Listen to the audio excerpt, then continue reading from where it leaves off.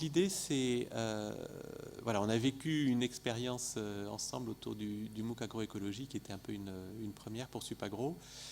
Il y a d'autres expériences qui sont en cours de construction et à travers ce que l'on a pu vivre à la fois au niveau de l'équipe enseignante, au niveau de l'équipe TIS, au niveau des différents services impliqués, on se dit qu'il faut absolument pouvoir capitaliser et changer de ces expériences pour que ça puisse profiter aux nouvelles et puis qu'on puisse avoir une réflexion plus collective au niveau de Supagro sur ces enjeux de la formation numérique et comment on les prend en main, comment on s'organise pour pouvoir développer ce type de ressources, sachant que c'est quelque chose qui va crescendo.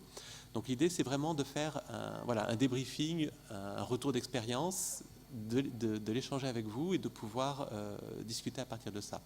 Donc on a préparé une présentation avec Sarah là-dessus, donc sur le... Remarque, non, je peux me mettre là-bas. Ouais, ça sera...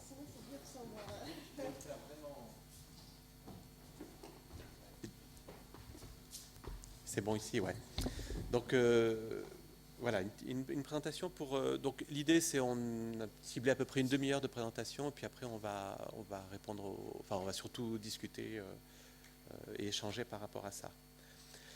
Alors, première chose, on souhaite aussi, ce ne sera pas uniquement sur le MOOC agroécologie en tant que tel, c'est-à-dire qu'on le prend comme exemple, mais surtout pour réfléchir ensemble aux enjeux de la formation numérique, avec le fait, ce que je disais ici, la donne change, à la fois pour l'enseignement. Pour l'enseignement, ce que l'on connaît, c'est de plus en plus on utilise des outils numériques. On voit qu'actuellement, depuis quelques années, les étudiants et le monde passent à quelque chose d'autre qui est ce que certains appellent la culture numérique, qui change un peu la donne. Il ne s'agit pas simplement de rajouter des outils dans notre enseignement, ça a commencé avec le PowerPoint, mais après il y a eu d'autres outils plus élaborés. Il s'agit également de s'appuyer sur cette culture numérique, sur cette façon de communiquer, sur cette nouvelle façon d'apprendre qu'ont nos étudiants pour pouvoir développer une offre de formation adaptée. Le deuxième enjeu, c'est le lien entre numérique et innovation pédagogique, ça on en reparlera. Troisième enjeu, c'est un enjeu social, éthique, sociétal, j'allais dire, qui est l'ouverture de nos enseignements au plus grand nombre, qui est de se dire quelle responsabilité on a en tant que à la fois individu, là je l'ai mis pour l'enseignement, mais également en tant qu'institution, pour faire en sorte que notre savoir-faire pédagogique, nos contenus, etc., puissent profiter, bien sûr, en premier lieu à nos étudiants, mais également à d'autres publics pour renforcer les capacités de ces publics-là. Pour les institutions, les enjeux, ils vont être autour de la visibilité et notamment à travers notre capacité à montrer quelque chose que l'on avait beaucoup de mal à montrer jusqu'à présent, qui était un savoir-faire pédagogique. C'est-à-dire que sur la manière dont on présentait des contenus scientifiques, notre qualité scientifique, notre contenu pédagogique, mais le savoir-faire pédagogique restait toujours confiné finalement dans nos salles de cours, dans nos amphis. Et donc là, il y a un nouvel enjeu qui est autour de ça. Un second enjeu autour d'utiliser le numérique pour développer le partenariat, ça on le voit à travers par exemple le MOOC Vigne et Vin, à travers d'autres MOOC, à travers le MOOC agroécologie aussi, ça a été un lieu de construction de partenariat essentiel. Et puis se doter des moyens de gouvernance et de financement, ça aussi on y reviendra. Et donc vraiment l'idée c'est en quoi cette expérience du MOOC éclaire ces enjeux à travers le débriefing qu'on va en faire ensemble. Donc la jeunesse du MOOC, à l'origine, donc c'était un projet financé par Agropolis Fondation, le projet Parmi. J'y reviendrai après, avec une deuxième étape où il y a eu un renforcement institutionnel pour pouvoir construire le MOOC. Donc le projet Parmi, il est porté par Supagro, enfin par les UMR, par 7 UMR de Montpellier associés à Supagro, financé par Agropolis Fondation. Le renforcement institutionnel est venu effectivement de l'implication, on y verra, de l'IAVFF et de l'Université virtuelle d'agroécologie, avec quelques dates clés. Finalement, la première fois qu'on a eu l'idée de faire ce MOOC, c'était en mai 2013, c'était avec Sarah, on était en mission à Madagascar, et puis voilà, je lui dis mais c'est quoi, enfin, moi j'ai entendu parler de MOOC, et je lui dis c'est quoi ces MOOC, elle m'a expliqué, parce qu'elle était très forte en MOOC. Et c'est là qu'on s'est dit, mais tiens, un MOOC agroécologie, est-ce que ça vaudrait pas le coup? Et puis après, il y a eu l'opportunité finalement du financement Agropolis, donc du projet qu'on a monté avec Marie-Laure et avec plusieurs d'entre vous, le projet Parmi, où on s'est dit, tiens, est-ce que ce projet-là de construire des ressources numériques autour de l'agroécologie, on a fait finalement du MOOC agroécologie une des 5 situations de mise à l'épreuve de ressources numériques. Donc on avait aussi d'autres situations autour de la formation supérieure, autour de l'enseignement technique ou autour d'une école chercheur. Donc ça, de janvier à mars, on a construit, 2014, on a construit, déposé en mars 2014 le projet, qui a été accepté et qui a été financé, qui a démarré au 1er octobre. À partir de juillet est arrivé quelque chose. Alors, dans le projet, on avait vendu un prototype de MOOC dans 2 ans. D'accord, c'était la durée du projet. On se dit, on va se faire la main là-dessus. Et puis, la donne a un peu changé en juillet 2014 avec le lancement d'Agrinium Université en ligne et donc une sollicitation d'Agrinium pour dire ça serait bien qu'on mette à l'affiche des MOOC montant le savoir-faire français autour de l'enseignement numérique sur l'agronomie. Et donc le MOOC agroécologie était un de ceux qui étaient dans les tuyaux. Et donc la demande d'Agrinium de dire plutôt que de faire un MOOC dans 2 ans, un prototype dans 2 ans, est-ce que vous ne pouvez pas finaliser un MOOC dans 6 mois? Donc là, on en a discuté entre juillet et décembre 2014 pour construire ce partenariat, pour voir ce qu'il serait, pour construire un premier synopsis du MOOC et un engagement pour pouvoir jouer le premier MOOC en début 2015, septembre 2015, à la rentrée 2015. Et donc, ce qui a orienté finalement une grosse partie des activités du projet Parmi sur le MOOC dans sa première année. Donc en décembre 2014, on lance le projet. Février 2015, lancement au Salon de l'Agriculture. Donc là, effectivement, pour Agrinium, c'était le lancement d'Agrinium Université en ligne et le MOOC comme étant un exemple de ce que pourraient être les produits de cette activité d'Agrinium. Et donc avec 4 ministres et secrétaires d'État présents, donc quelque chose d'assez visible. Et donc, septembre 2015, c'est là où on a débuté le MOOC. Donc, tout ça pour dire qu'on a travaillé en univers à la fois très contraint en termes de temps et quelque chose qui était un petit peu en très forte visibilité aussi. Parce que Agrinium voulait faire de ce MOOC, dire ben voilà comment on va faire pour lancer notre activité. Et voilà ce qui a joué aussi sur le déroulement de ce MOOC-là. En termes de contenu maintenant, qu'est-ce qu'on a construit ensemble ? On a construit un MOOC qui durait 6 semaines dans la manière de jouer avec 3 à 4 heures de temps par semaine pour les apprenants. Une première séquence introductive où là l'idée était de construire une communauté, de lancer les forums, que chacun puisse se faire un espace personnel, de commencer à donner les clés pour mener votre enquête, j'en parlerai un petit peu plus tard. Donc une semaine de construction de la communauté. On le verra a posteriori, cette semaine, on la fera plus comme ça, d'accord ? Parce que c'est important que dès le début du MOOC, il y ait du contenu qui arrive pour les apprenants. C'était un des retours qu'on a eu. Une deuxième semaine où là, voilà, on commençait vraiment le concret avec l'émergence de l'agroécologie, donc sur lesquels que j'ai construit avec Aurélie Javel, Anne Furst, qui est une journaliste qui a fait Sciences Po aussi, donc en sciences sociales, et qui a contribué à la construction de ce matériau-là. Et donc l'idée, c'était de se dire à travers ça comment a émergé l'agroécologie, comment elle s'inscrit dans l'histoire, et à partir de là, ça permet de comprendre les différentes approches de l'agroécologie, sachant que derrière agroécologie, notre objectif était d'avoir à la fois une approche très large, c'est-à-dire à l'interface entre agronomie, écologie et sciences humaines et biologie, et de pouvoir donner aux apprenants la capacité de comprendre les différents courants, les différentes approches, et y compris les controverses qu'il y a autour de cette agroécologie. Et donc, c'est ça qui justifie finalement ces 2 premières séquences-là.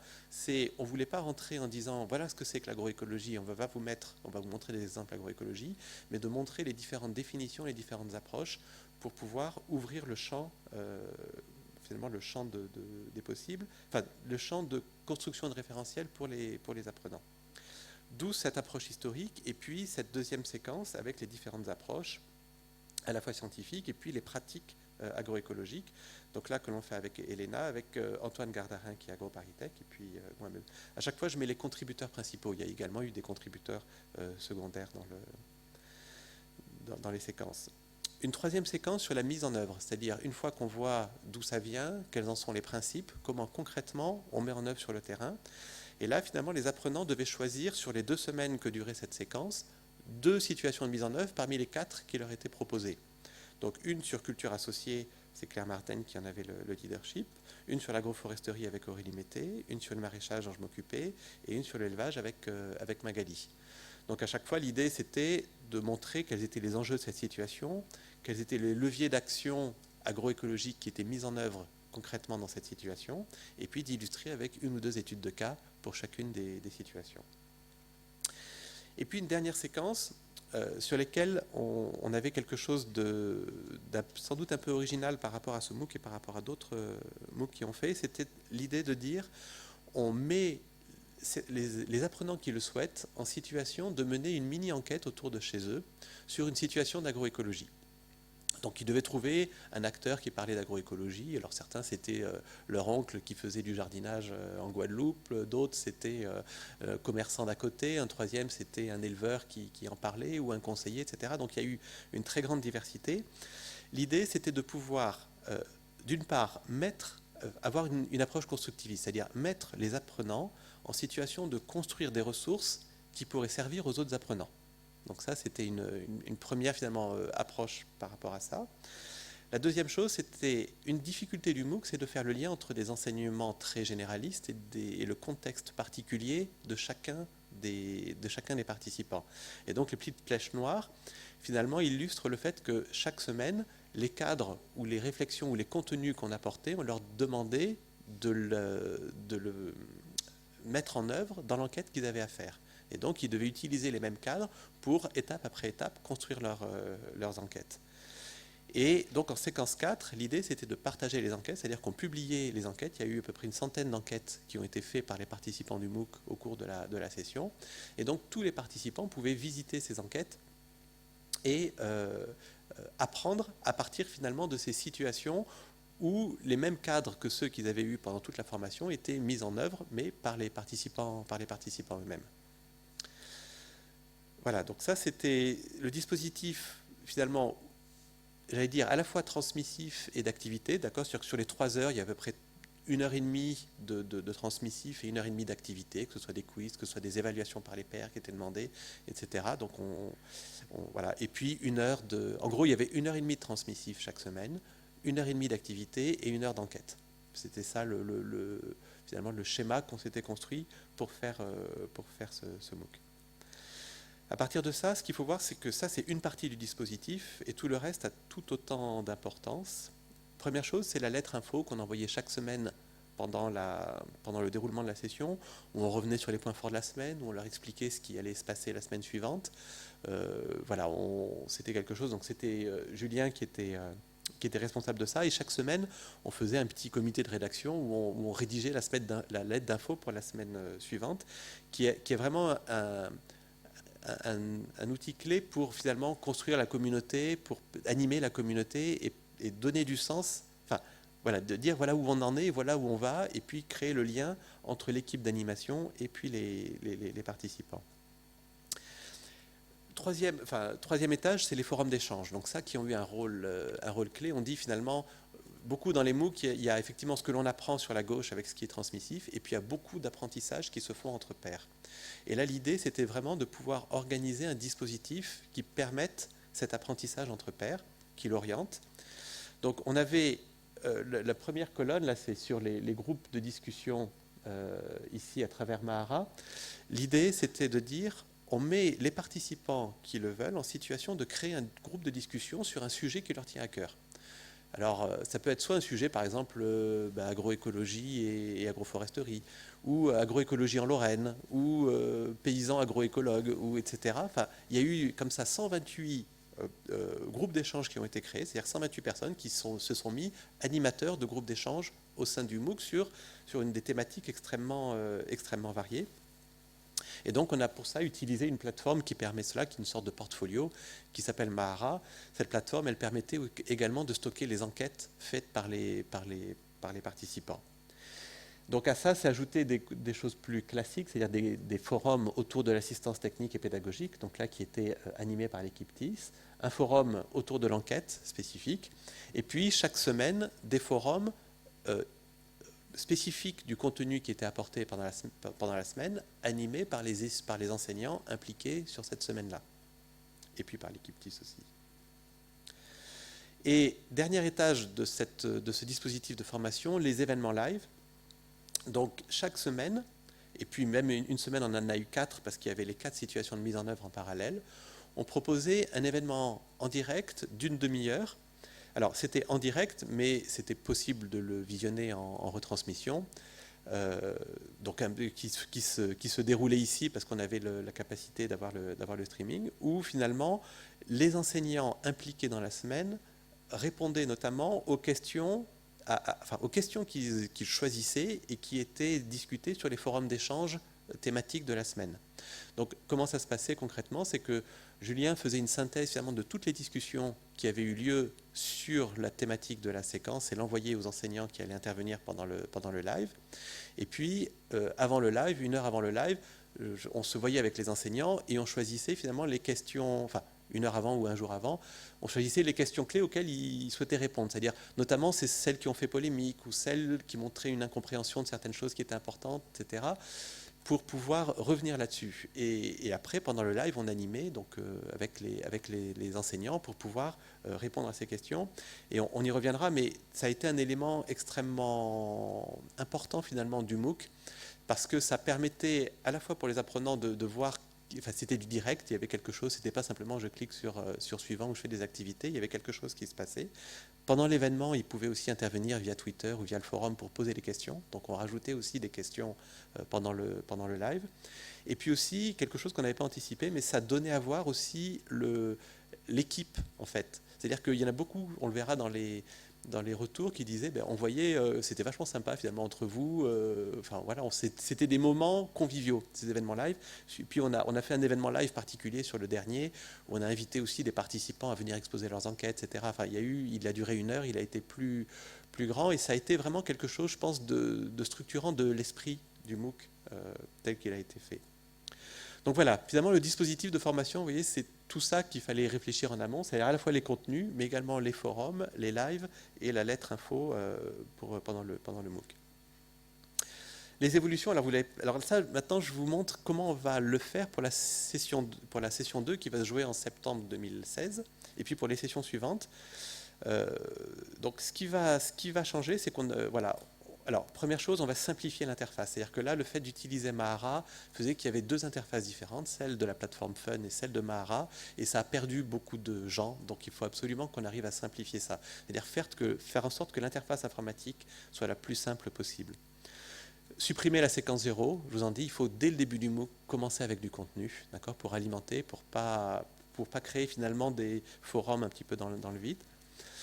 On va rajouter également, mais ça c'était une 3e séquence ici, une 3e situation de mise en œuvre autour d'agriculture de conservation. Donc là notamment lié à des collaborations avec Jean-Pierre Sartou de l'ENSAT et puis Florent Tivet du CIRAD, et puis moi-même, parce qu'on a déjà beaucoup de ressources là-dessus.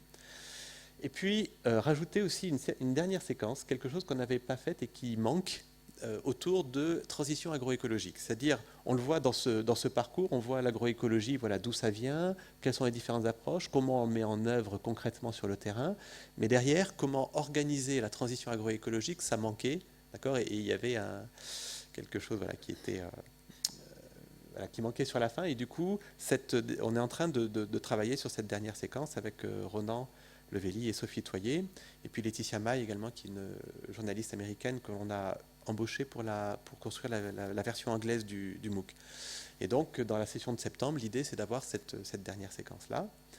On est en train de construire une version anglaise, j'en reparlerai aussi un petit peu plus tard. L'idée, c'est de pouvoir jouer en parallèle une version française et une version anglaise, sachant que cette version anglaise, on la travaille non pas comme une traduction de la version anglaise, mais comme une reconception de certaines parties pour pouvoir intégrer des référentiels anglo-saxons. et pouvoir être compris, être sûr en fait d'être compris du grand public qui a un autre référentiel que le référentiel francophone autour de l'agroécologie. Donc ça, c'est un travail qui est je trouve assez intéressant. Donc on a pour cela embauché Laetitia Maille qui est journaliste qui est française mais qui travaille depuis 20 ans aux États-Unis et qui est très impliquée dans les réseaux agroécologie d'Amérique du Nord et qui permet de voir finalement dans ce que l'on a fait, qu'est-ce qui risque de ne pas être compris ou d'être compris différemment, etc. Et donc on a eu une semaine de travail avec les différents auteurs des parties en décembre pour pouvoir travailler avec elles sur les choses qui devront être retravaillées un petit peu et puis celles qui vont être simplement traduites dans le déroulement du MOOC. Dernière chose, l'idée est d'adosser le MOOC au parcours agroécologie en train d'être monté, qui commencera à jouer, qui jouer comme le MOOC, on va jouer les parcours maintenant, en début 2017. Alors, il y a 3 intérêts majeurs. Un intérêt pédagogique, de faire le lien entre cet enseignement à distance et l'enseignement présentiel, en mettant en fait les étudiants en situation d'animation des forums de discussion.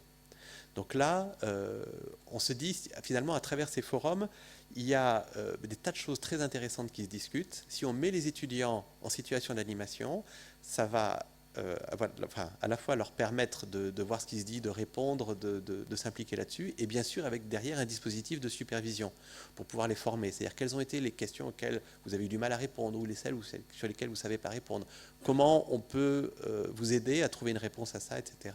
Et donc un dispositif tout au long du parcours, tout au long du MOOC finalement, qui va accompagner les étudiants dans cette fonction-là en retirant finalement des forums du matériau pour la formation et pour leur enseignement, et puis en les formant aussi à l'animation de discussions et aux controverses qui peuvent émerger, etc. à travers ça. Le deuxième intérêt, c'est un meilleur suivi des apprenants. Il y a quelque chose de frustrant dans la manière dont s'est déroulé le MOOC, c'est que bien sûr, il n'était pas possible de suivre les 128 forums. Et quand on les regarde après coup, on voit qu'il y a des tas de choses passionnantes qui se sont dites dans ces forums.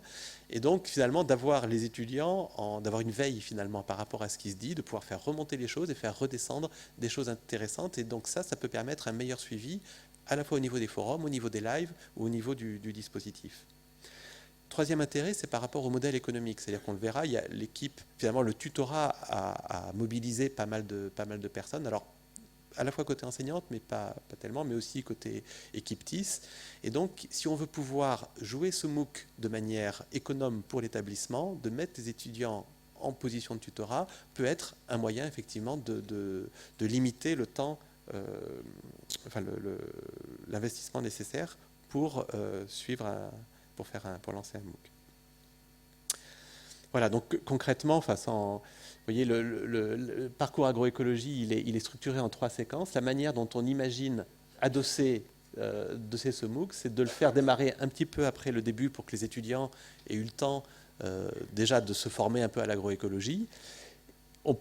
Alors, en plus, le parcours, c'est un moment d'accueil d'étudiants étrangers, donc on peut aussi les mettre en situation de dire, si vous mobilisez, recrutez dans vos réseaux des gens qui pourraient être intéressés pour suivre le MOOC agroécologie. Donc, c'est ça l'idée de recrutement réseau, c'est-à-dire mettre aussi les étudiants dans cette posture-là. Et puis, pendant le MOOC, effectivement, du tutorat, de la supervision, voire de l'animation des lives par les étudiants. Ça, c'est quelque chose qu'on commence un petit peu à réfléchir, mais en particulier, on en discutait là pour le MOOC Vignes et Vins, l'animation des lives en anglais. Moi, je ne sais pas trop faire. Je peux intervenir en anglais, mais animer un live en anglais, c'est autre chose. À cette période-là, on aura des étudiants anglophones qui participeront. Ça peut être aussi un moyen de les mettre en scène et de travailler avec eux la manière d'animer ça. Voilà. Et puis, les étudiants, ils pourront aussi participer, parce qu'on voit que pendant le MOOC, il se passe des choses, mais après, ça continue à être très actif sur les forums, et les étudiants peuvent continuer, s'ils le souhaitent, à s'impliquer sur les forums, mais là, ce sera pas créditant. Parce que l'idée, effectivement, c'est que cette activité-là puisse être créditante pour les étudiants, donner lieu à évaluation, à crédit ECTS, etc.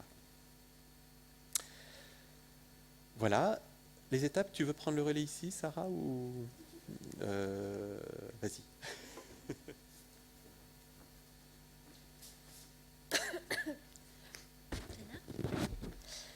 Donc on a essayé de retracer un petit peu les différentes étapes de la vie de ce MOOC. Donc bon, ça reprend un petit peu des idées qui ont été présentées par Stéphane.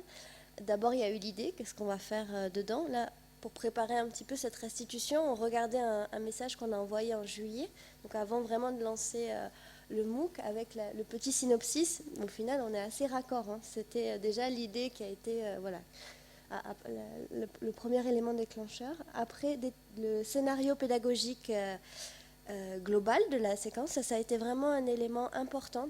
On y a passé du temps. Je pense qu'on a passé 1 mois ou 2 à réfléchir dessus, à interroger l'équipe projet, à avoir des retours des enseignants pour avoir un scénario pédagogique global et partagé. Chaque séquence, qu'est-ce qu'on va mettre dedans, qu'est-ce qu'on imagine créer comme ressources, qu'est-ce qu'on veut faire comme activité. Ensuite, il y a eu les scénarios détaillés par séquence, donc là où c'est les enseignants référents de chaque séquence qui ont participé, qu'est-ce que je vais mettre exactement dans ma séquence, hein. On est passé ensuite à la construction de chaque séquence, identifier des ressources existantes qu'on va pouvoir réutiliser, détailler les storyboards des vidéos à tourner, les textes à rédiger, donc là ça a été un travail des enseignants. Ensuite, la réalisation de ces ressources, les tournages des vidéos, la médiatisation, c'est-à-dire l'implémentation, comment on va mettre dans la plateforme, faire des schémas, enfin la construction de ressources multimédia et donc là la rédaction encore des contenus par les enseignants. Je viens d'en parler, donc en fait c'est pas si les étapes peuvent être entrecoupées, hein. L'implémentation se faisait en fait au fur et à mesure de la construction des séquences. Une phase test et correction qui, pour nous, a été un petit peu courte, mais que je ne peux que vous inviter à prolonger dans le cadre de vos futurs MOOC, hein. Il y a eu, voilà, nous, on était dans un délai un petit peu contraint, donc on n'a pas trop développé cette partie-là, mais elle me semble quand même indispensable. Ça vous évite d'avoir voilà, des bugs, par exemple. Ensuite, la phase d'animation du MOOC, donc pour les enseignants, qui s'est fait séquence par séquence, hein. Et ensuite, la phase de bilan et d'analyse, on y est. Voilà. Vas-y. Ouais. Par rapport à ce déroulement, effectivement, le MOOC agroécologie, on a fait l'animation, c'est-à-dire que la phase 8, alors que la phase 5 n'était pas encore terminée. D'accord. Donc ça, c'est-à-dire qu'on a continué à faire de la construction de ressources au moment où on a lancé le MOOC. Et c'est vrai que là, ça a été chaud, hein. Donc je ne vous conseille pas de faire la même chose. Mais, et du coup, effectivement, la phase 7, je veux dire, c'était du test en direct, hein. On lançait et c'était les 12 000 participants qui testaient. Donc voilà, donc ça a été un peu chaud. Bon, on a eu de la chance, ça a marché, mais je ne vous conseille pas de faire pareil. Non, vraiment pas. Donc on n'a pas de visibilité en fait tout à fait claire pour le moment. On va développer ça pour le MOOC 2 sur le temps réel d'animation. Sur une fois que tout est construit, combien de temps ça prend pour faire vivre un MOOC? Pour le moment, on n'a pas de retour tout à fait précis à ce sujet-là. Voilà, donc qui était impliqué, donc ça Stéphane en a déjà parlé, hein, toute une équipe d'enseignants, majoritairement de Montpellier Supagro. Donc il y avait aussi une dynamique locale, hein, qui nous a aidé aussi dans ce projet fortement, le fait de pouvoir se réunir, de se voir. Vu nos délais contraints, je pense que ça a été vraiment un atout aussi. Mais après, on a travaillé aussi à distance très très bien avec d'autres enseignants, hein, dont AgroParisTech par exemple. Donc pas mal de disciplines, agronomie, écologie, ethnologie, biologie des sols, zootechnie, économie, sociologie. Voilà, tout un panel de journalistes en sciences politiques et des chercheurs aussi qui ont été impliqués dans la création de ressources, soit pour ce projet, soit dans d'autres projets où on a réutilisé les ressources dans le cadre du MOOC. Et au niveau de l'équipe TIS, donc ingénieur pédagogique, hein, donc ça c'était moi plus une stagiaire Lila qui nous a aidés sur ce projet-là, une éditrice web, réalisateur et technicien audiovisuel, infographiste. Vous avez vu les jolis dessins que nous a fait Élie et Archibald, maintenant très connus, notre petit ver de terre, enfin très connu à notre niveau, et un informaticien pour monter la plateforme collaborative et le recueil des enquêtes. Ouais, juste un point, c'est la question de l'éditrice web aussi. Ça, c'est quelque chose qui nous est venu en cours de MOOC, enfin, au tout début du projet, mais l'idée, effectivement, de se dire qu'à partir du moment où on construit des ressources pour le grand public, en tant qu'enseignant, il y a un savoir-faire il y avait une compétence qui nous manquait et qui est effectivement qui relève beaucoup plus notamment du journalisme multimédia. d'accord, de savoir comment on met un message, comment on structure l'iconographie, comment on construit aussi. Elle a fait du rewriting de certaines parties, etc. Donc c'est pour ça finalement on a embauché Anne Furst, qui était la journaliste multimédia, et ça a été vraiment une compétence clé pour ça. Ouais, Nicolas. Oui, bien sûr, ouais, c'est mieux. Par contre, dans le micro, sinon ils n'entendent pas dans le streaming. Désolée. Hein. Juste une précision justement sur l'aspect rewriting. Ça a été juste à chaque fois systématiquement une simplification des contenus proposés par les enseignants, ou est-ce que vous avez pu identifier le type de modification qui a été appliquée sur la première mouture proposée? On peut demander à Claire ou à Magali leur retour sur le rewriting.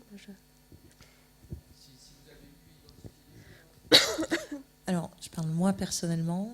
Comme on a discuté avec Anne relativement en amont de la conception des ressources, ça n'a pas forcément été des ressources que j'avais produites qui ont été remodifiées par la suite. Mais dans la conception de ressources, personnellement, bon, au-delà des questions effectivement de vocabulaire technique, jusqu'où on peut aller, qui sont assez, on s'imagine qu'il y a de ça, c'est surtout sur la diversification des formes de présentation.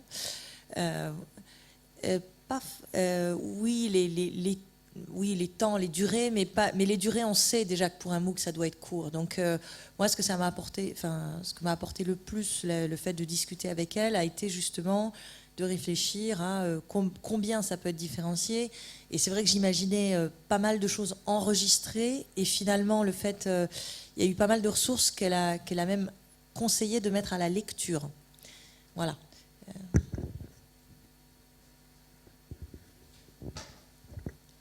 Ça, c'est vrai que c'est quelque chose d'important, c'est-à-dire qu'on souvent les MOOC, enfin la place de la vidéo, et c'est vrai qu'on a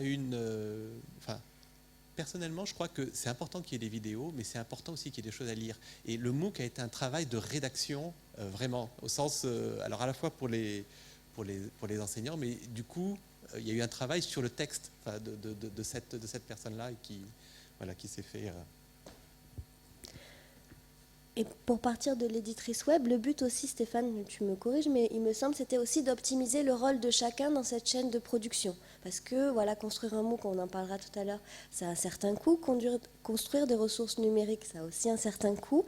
Et le but, c'était aussi d'alléger les enseignants de certains éléments de rédaction, en tout cas c'était notre idée première, et d'optimiser le rôle de chacun dans ce processus de construction. Voilà. Bon, là, on n'a pas encore formalisé tout à fait, mais on avait cet objectif-là au départ. Et pour aller jusqu'au bout, avec des interfaces qui sont parfois un peu compliquées. C'est-à-dire que, notamment entre ingénieur pédagogique et éditrice web, on travaille avec deux points de vue différents sur le même type de ressources. D'accord ? C'est-à-dire, à quel moment le texte doit primer... Enfin, voilà, entre une approche plus apprentissage par l'ingénieur pédagogique, une approche plus communication, j'allais dire, par l'éditrice web. Voilà, comment jouer ces interfaces-là. Et ça a été... il y a eu beaucoup de travail, ça a été très enrichissant, mais c'est de trouver effectivement le rôle de chacun là-dedans. Beaucoup de discussions. Voilà, on ne va pas revenir trop sur ça, mais voilà, le MOOC était hébergé par FUN, c'est la plateforme française France Université Numérique, qui était portée à l'origine par le ministère de l'Enseignement supérieur et de la Recherche, qui maintenant est supporté par un collectif d'écoles. Et nous, on adhère, on a accès à FUN via Agrinium et un abonnement d'Agrinium à cette plateforme. Il y a une équipe FUN qui est dédiée à l'assistance par rapport aux problèmes techniques. J'arrive pas à déposer une vidéo, ils vont pas vous apporter une aide en termes de gestion de projet, en termes de construction de ressources ou scénarios pédagogiques. Voilà. Ils sont assez réactifs sur l'assistance concepteur, mais voilà, pas beaucoup plus. Puisque c'est la restitution et le bilan, on va être honnête, nous on a eu beaucoup de problèmes avec la plateforme FUN. C'est pas de leur fait, il y a eu des changements en direct, des gestions et des problèmes informatiques qui ont eu quand même un impact pour nous sur le déroulement du MOOC. Bon, l'équipe de FUN nous a envoyé un petit message à la fin pour nous dire bon, vous avez vraiment pas eu de chance, vous avez vraiment été un MOOC avec beaucoup de problèmes. Voilà, donc on a réussi à faire face et c'est ça qui compte, mais il y a eu beaucoup de difficultés à ce sujet-là. Est-ce qu'il y a un impact sur les évaluations, par exemple, des participants ? Oui, par exemple, pendant 3 jours, la plateforme était complètement inaccessible, sachant que nous, on ne peut pas communiquer avec les apprenants autrement que via la plateforme, donc on a été en impossibilité de les contacter.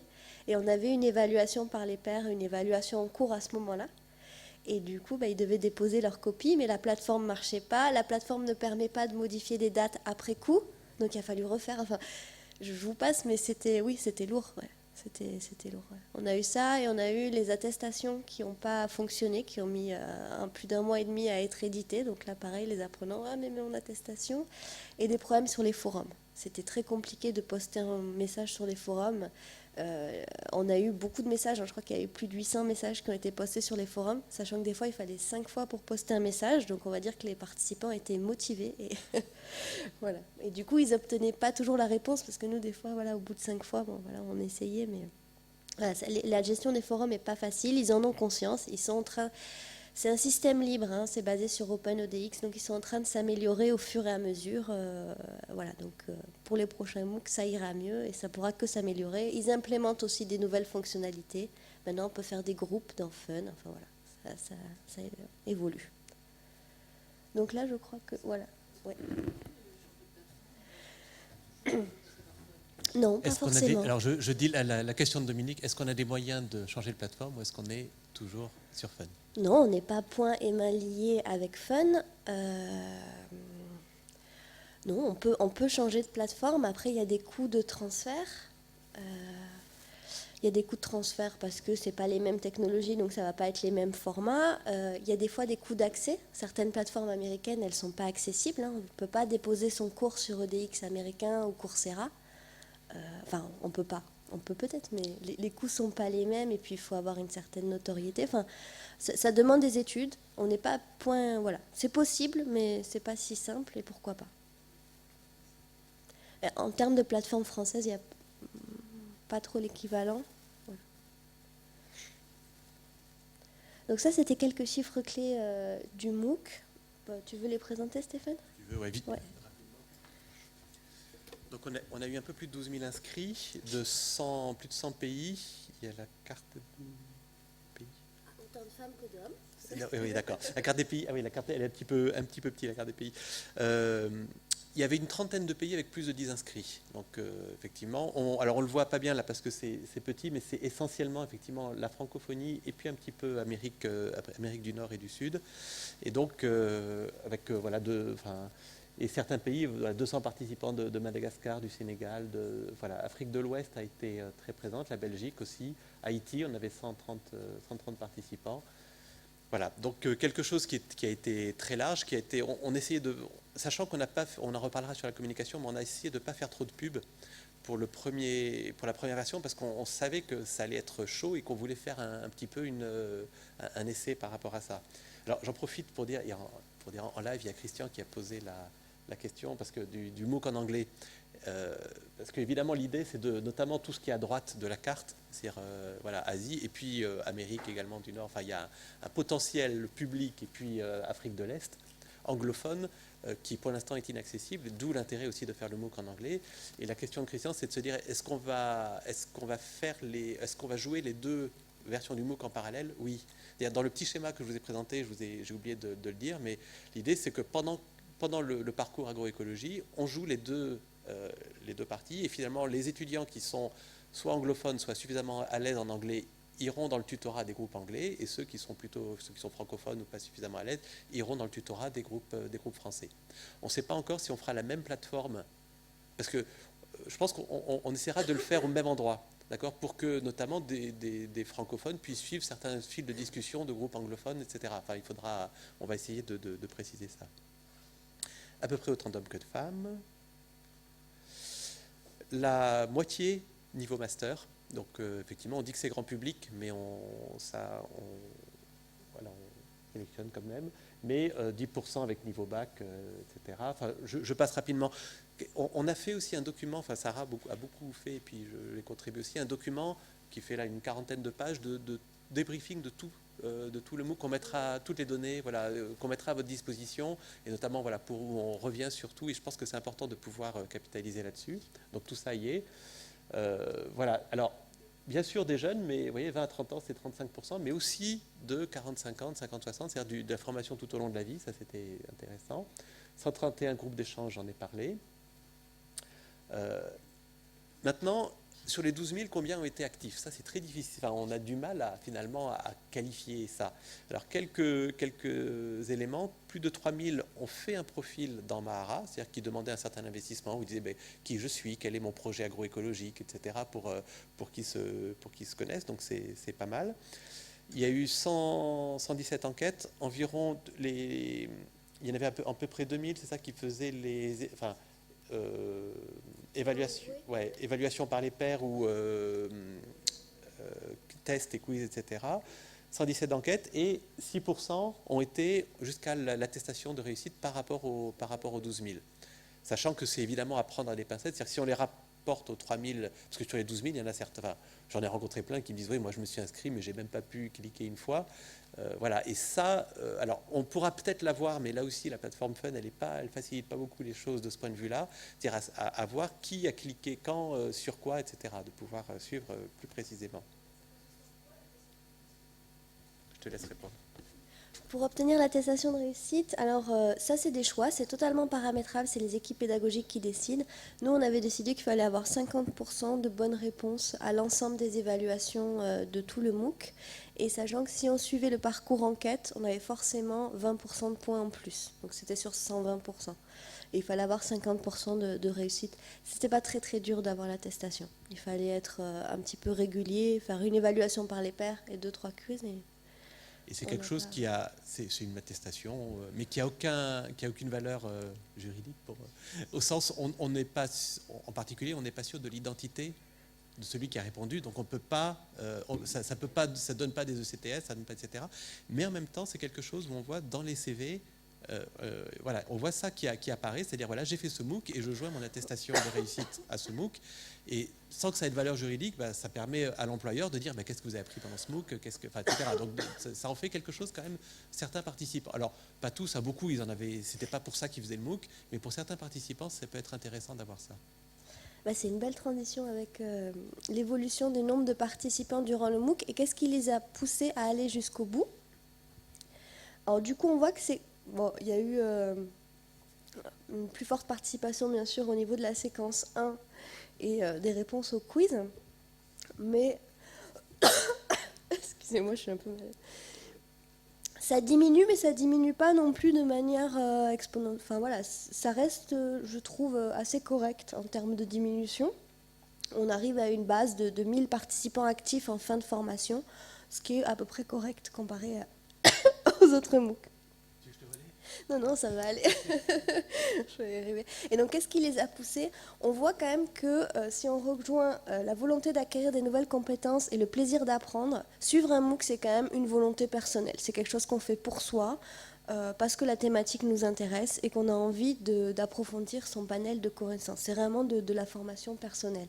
Même obtenir l'attestation, c'était assez peu nommé dans le nombre de réponses.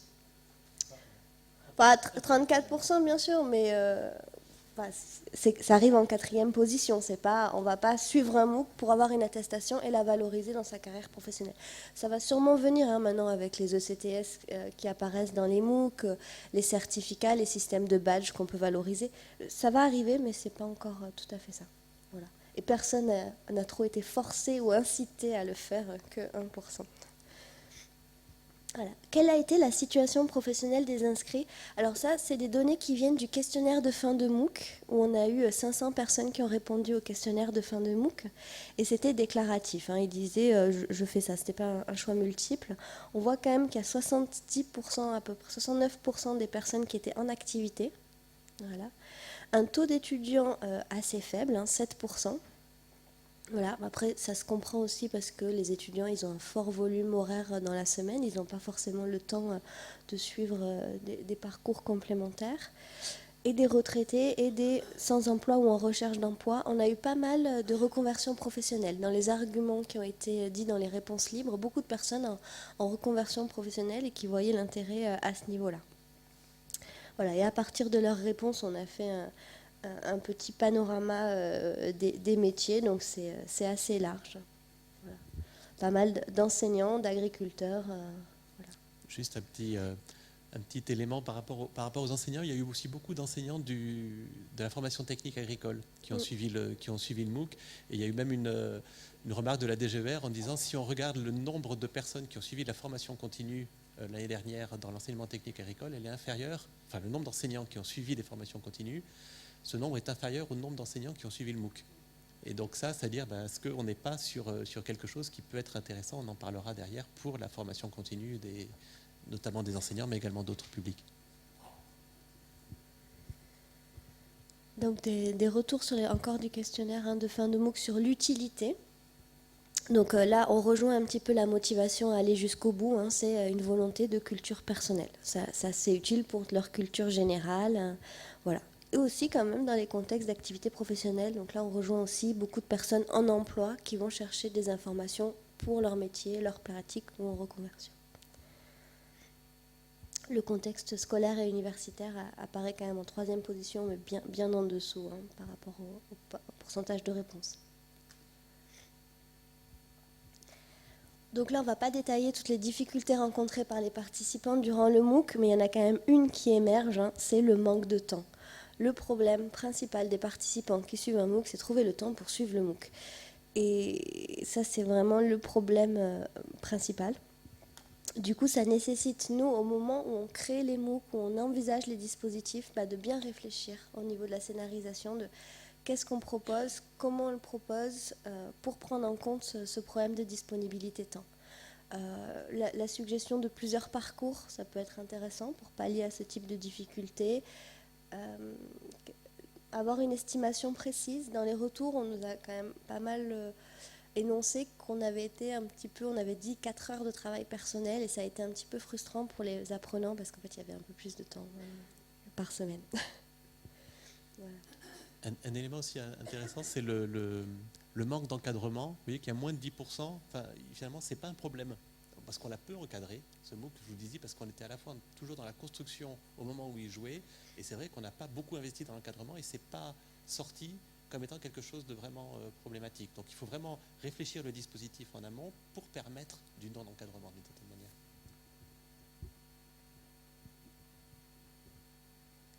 Donc là, c'est encore sur les difficultés. Qu'est-ce qui a été le moins apprécié par les participants ? Donc c'est la plateforme Mahara qu'on a proposée en complément pour les enquêtes et pour les groupes d'échange. Alors ça se comprend parce qu'il y avait 2 dispositifs de formation, la plateforme Fun, la plateforme Mahara. C'est pas facile pour les participants de mettre deux plateformes en parallèle. Et la plateforme Mahara manque quand même d'ergonomie. C'est pas facile à prendre en main. Et donc peut-être qu'on aurait pu ajouter des documents d'accompagnement. On a certaines personnes qui se sont perdues dans Mahara, n'est-ce pas Claire ? La maman de Claire n'a pas bien compris où était le MOOC. Est-ce que c'était dans Mahara ou dans Fun ? Donc, elle ne doit pas être la seule. Voilà. Donc là, c'est voilà, mais on réfléchit du coup à améliorer ça, voire à ne plus utiliser Mahara, mais une autre plateforme. La qualité des quiz est apparue aussi. Alors, dans les retours positifs, les quiz sont aussi apparus. Donc bon, les plus appréciés les quiz, les moins appréciés les quiz. En fait, je pense. En traitant les réponses, parce que ça c'est des réponses libres qui ont été traitées après à la main. Je pense que le nombre de quiz et la diversité et la proposition d'activités interactives, ça a été apprécié. Ce qui a été un peu moins apprécié, c'est le niveau des quiz. On a fait des quiz un petit peu faciles, avec des questions peut-être un petit peu triviales, et ça n'a pas été tout à fait bien apprécié. Donc je pense que dans la version 2, on va retravailler un petit peu les quiz et les évaluations proposées, pour en faire vraiment des exercices pédagogiques et pas des petites... Voilà, nous on voyait ça aussi comme une petite mise en activité de l'apprenant au milieu de son parcours. Il est en train de lire, il a un petit exercice à faire, ça dynamise. C'est bien, mais on peut aller plus loin sur cette question-là. Bon, les problèmes techniques, vous voyez, alors, on a eu des problèmes techniques. Voilà. Et la semaine introductive, mais ça Stéphane a dit, on va l'améliorer, on va la supprimer en fait. Voilà. Oui.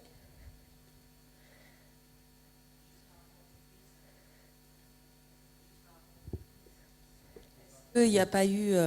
c'était le temps qui se met en route. Est-ce que par rapport au quiz, il n'y a pas eu un décalage entre ce qu'on s'attendait, c'est-à-dire du vraiment tout public, et les gens qui finalement sont allaient s'inscrire au MOOC et ont participé, qui n'étaient pas du tout publics. Et la participation de l'enseignement technique agricole, de beaucoup de personnes qui étaient en niveau master ou plus, ou en tout cas, je pense que s'ils n'étaient pas en niveau master, ils étaient déjà bien, bien informés sur l'agriculture, a fait ce décalage en fait. Et la question que je vais poser maintenant, c'est là on n'a pas fait de pub, donc ne sont venus aussi, enfin c'est peut-être en lien le fait de ne pas faire de pub avec le type de public qu'on obtient. Si on fait de la pub sur les prochaines versions, etc., là il y a en fait, selon l'entité des quiz, on ne vise pas les mêmes publics. Ouais. Donc la question c'est, est-ce qu'il y a un intérêt à faire presque deux parcours, un parcours novice, où à ce moment-là, effectivement, on aura peut-être les mêmes ressources de base, mais des quiz beaucoup plus simples, de type de ce qu'on a prévu l'année dernière, même si on les a probablement pas travaillés autant qu'on aurait dû, pour des raisons de temps disponible. Et une version plus technique, où à ce moment-là, on peut aller beaucoup plus loin, mais en réalité, pour aller plus loin, il faut qu'on soit sûr des prérequis. Ah, c'est une suggestion intéressante, ouais. Ouais. Après, on l'a déjà un petit peu fait en termes de contenu. C'est-à-dire qu'à chaque fois, il y avait les contenus tout public. Parce que, déjà, la question du public cible, elle est centrale là-dessus. Et c'est vrai que nous, on a vraiment visé tout public. On a essayé de se tenir à ça. Pour d'autres MOOC, ça peut être différent. D'accord, on peut viser plutôt un public étudiant ou plutôt un public déjà avec un niveau bachelor, etc. Donc tout ça est faisable. Nous, on a essayé de faire le tout public et les quiz, on est effectivement devant cette limite-là. C'est-à-dire que si on met des quiz trop compliqués, le tout public va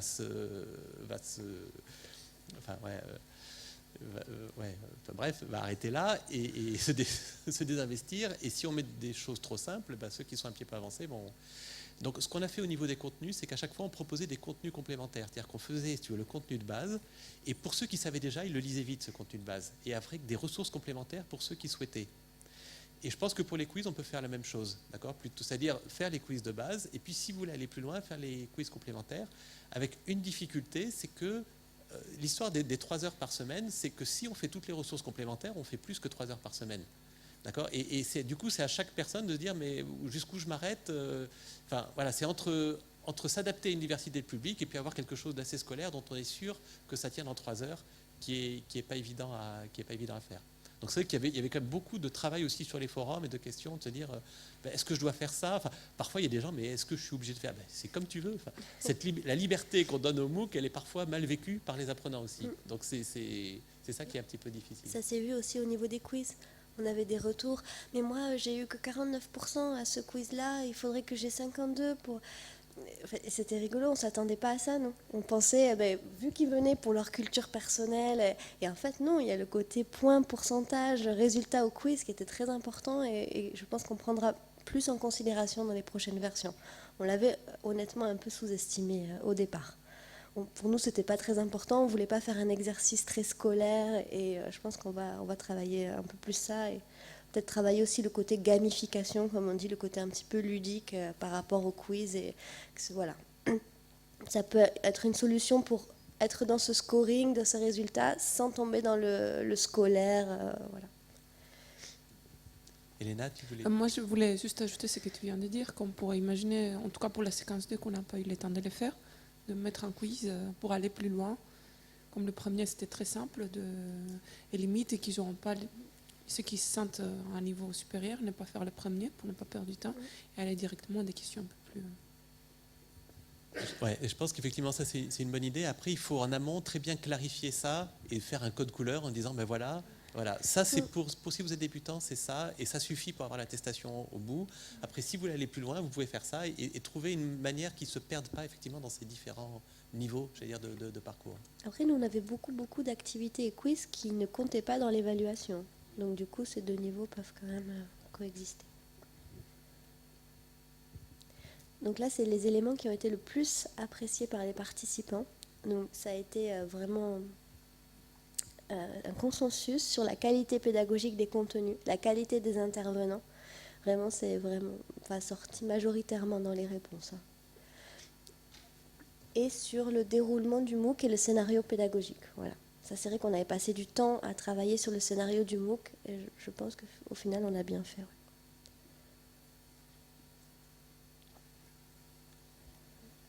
après, et le côté, donc, hop, voilà, c'est développé un J'ai petit juste peu là. une question. Est-ce que vous avez réussi à identifier ce qu'il y avait derrière, si on peut revenir juste Ouais, en pardon. arrière Non, Hop, voilà. ouais. Là. Le cas pratique, expérience concrète, qu'est-ce que ça désigne exactement dans le déroulé du MOOC? Ouais, alors j'ai essayé de détailler un petit peu dans la Merci. diapo d'après. C'était, dans les exemples concrets, c'était la séquence 3. Alors, elle a fait l'unanimité, donc c'est vraiment la séquence 3 sur la mise en œuvre, c'est donc le côté pratique et toutes les petites vidéos qu'on a mis. Les vidéos illustrateurs qui n'étaient pas les vidéos des intervenants, mais les vidéos qui montraient concrètement le terrain, des pratiques, ça a été apprécié aussi. Ouais. Et les enquêtes aussi. Ouais. Il y a eu aussi beaucoup de retours, enfin de beaucoup de discussions après MOOC avec dire mais finalement vous avez une approche très française, c'est-à-dire qu'on commence par l'émergence, les différentes approches, et puis après on met en pratique. Est-ce qu'on ne pourrait pas commencer par des exemples de mise en pratique, etc. Et qui est voilà, quand on voit dans les ressources, notamment américaines, ça rentre tout de suite comme ça, si tu veux. Et il y a un côté effectivement qui est. Et donc voilà, on a travaillé là-dessus. En même temps, on a gardé notre French touch dans le truc, c'est-à-dire que se dire aussi. La difficulté de rentrer tout de suite par des exemples pratiques, c'est de se dire, bah, tiens, l'agroécologie, c'est ça. C'est-à-dire d'enfermer l'agroécologie dans une expérience première, enfin, dans une vision, etc. Et de se dire, voilà, de commencer à se dire bah, d'où ça vient, quels sont les différents courants, etc. Ça nous semblait intéressant pour pouvoir après prendre du recul par rapport aux pratiques agroécologiques. Et donc, de fait, dans la nouvelle version, si tu veux, les premiers exemples, ils vont arriver en deuxième semaine. Donc ça nous semble correct, tu vois, on rentre pas par là. En même temps, ils arrivent pas trop tard. Il faut très vite donner à voir du concret dans cette forme d'enseignement, je pense. Et du coup, c'était un peu ce qui était dit aussi dans le positionnement scientifique et pédagogique. Ce terme-là, dans le tableau d'avant, regroupe en fait le côté dimension internationale, l'approche globale, transversale et pluridisciplinaire, la diversité des points de vue, ça c'est beaucoup sorti aussi. Le fait qu'on parle de recherche en cours, ça a été apprécié. Et les différents niveaux de lecture, on en a parlé. Il y a eu des retours positifs là-dessus. Et ça aussi, c'est quelque chose qui a été clé, c'est de se dire, on fait quelque chose grand public, mais il faut qu'on donne à voir une excellence scientifique. Et comment faire les deux? C'est-à-dire qu'on était vraiment sur des fronts de recherche aussi, qu'on expliquait, c'était pas de dire, c'est pas l'agroécologie pour les nuls au sens voilà, on va parler de choses qu'on sait depuis longtemps, etc. On était sur des questions clés, mais traduites, ou expliquées de manière accessible.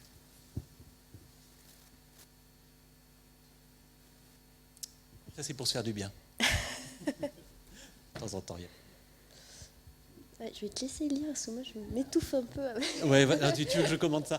Non, tiens, mais si tu veux, non, mais c'est quelque chose qui est très fort dans les MOOC. Les retours que l'on a. Alors, à la fois les retours au début, il y a des moments ça plombe, d'accord, parce qu'on fait un truc et puis quand on a 300 messages parce qu'il dit ouais mais ça marche pas j'arrive pas à poster, etc. Et qu'il faut. Et puis il y a des messages qui sont comme celui-là qui donne, enfin qui fait du bien dans une activité de chercheurs et d'enseignants. Surtout, et surtout sur cette question de dire, je disais on met en visibilité la pédagogie, je pense que c'est vraiment ça. Et c'est ça qui compte, et d'arriver à vraiment construire, et collectivement, ces aspects autour de la pédagogie, quoi. Alors, dernière diapo sur retour d'expérience. Donc, je pense, voilà, une belle dynamique collective, ça on en a parlé, c'est quelque chose qui a été structurant. Alors, vous voyez que il y avait 8 enseignants de Supagro qui étaient fortement impliqués, et donc c'est vrai qu'il y a une dynamique locale aussi qui a été très forte, plus 3 enseignants d'autres écoles. Et donc, le côté très local du MOOC, je pense, a aidé cette dynamique collective, mais on peut aussi l'imaginer sur des dispositifs plus distants. Un dispositif complexe à mettre en œuvre, on en a parlé, avec la difficulté des rôles et des process. Donc après, deux points de vue, côté enseignant, mais ça on pourra aussi en rediscuter avec les autres enseignants dans la salle qui ont participé, c'est clair que la pédagogie est au cœur. C'est-à-dire qu'on n'est pas du tout dans le fantasme de dire le numérique va remplacer l'enseignant, enfin au sens où on va en faire autrement. Là on parlait toujours de pédagogie, et ça c'était quelque chose qui était intéressant, mais avec des déplacements à faire. Première chose, c'est la granularisation, c'est-à-dire d'imaginer un cours sous forme de petites séquences qui font de moins de 5 minutes, de petits messages clés, etc. Donc ça, c'est quelque chose qui n'est pas forcément dans nos habitudes. En fait, que je trouve à l'usage très, très efficace aussi, y compris dans notre enseignement présentiel. D'accord ? C'est-à-dire qu'on n'est plus dans 3 heures de cours, mais dans se dire, là, on va faire 10 minutes de ça, puis après 5 minutes d'activité, puis après un quart d'heure où je vais vous parler de ça, etc. De clarifier cet enchaînement, je pense que ça a une vertu pédagogique qui est indispensable à distance, mais qui est aussi très utile en présentiel. Deuxième chose, c'est la question de la vidéo. C'est-à-dire que voilà, ceux qui l'ont testé parmi vous savent que être devant la caméra, c'est compliqué. Et c'est un apprentissage, c'est des nouvelles, c'est des nouvelles compétences pour l'enseignant. Avec la limite, c'est de se dire, là, personnellement, je ne pense pas qu'un MOOC doit être tout vidéo et qu'il faut faire trop de place à la vidéo dans l'enseignement à distance, parce que la vidéo, elle a un problème important, c'est qu'on ne maîtrise pas la vitesse à laquelle sont données les informations. Et puis, il n'y a pas de traces. C'est-à-dire, on écoute la vidéo, mais si ça va trop vite pour qu'on comprenne, bon, on peut faire pause, replay, etc., mais c'est plus compliqué. Alors qu'un texte écrit sur certaines choses est important. Je pense que la vidéo, elle doit être là pour donner du sens et pour créer du lien. Les choses clés, voilà ce que vous allez faire, voilà les messages clés à retenir, etc. etc. Mais après, le corps du contenu de la formation, de mon point de vue, elle passe mieux à travers du texte, à travers des images, à travers des choses sur lesquelles l'apprenant peut définir lui-même quelle est la vitesse de déroulement. Nouveau rôle, là aussi on en a parlé, notamment effectivement il y a un rôle d'animation, pour l'enseignant c'est un peu compliqué, pour l'équipe TIS aussi il y a ces interfaces dont on a parlé, puis les nouveaux publics, ça on en a parlé également.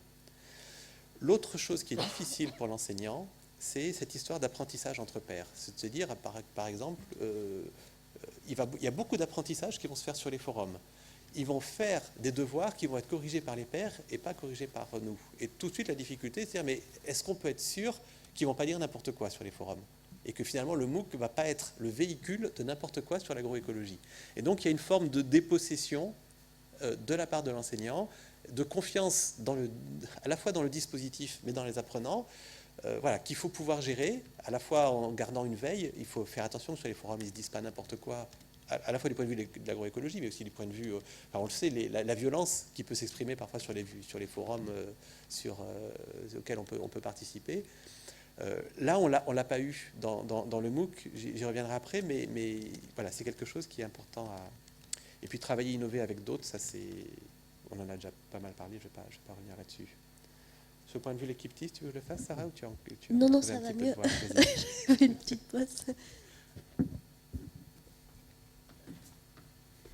Du coup, au niveau de l'équipe TIS, il y avait quand même cette nouvelle compétence, l'animation de grands groupes. On n'avait jamais eu à gérer cette problématique-là.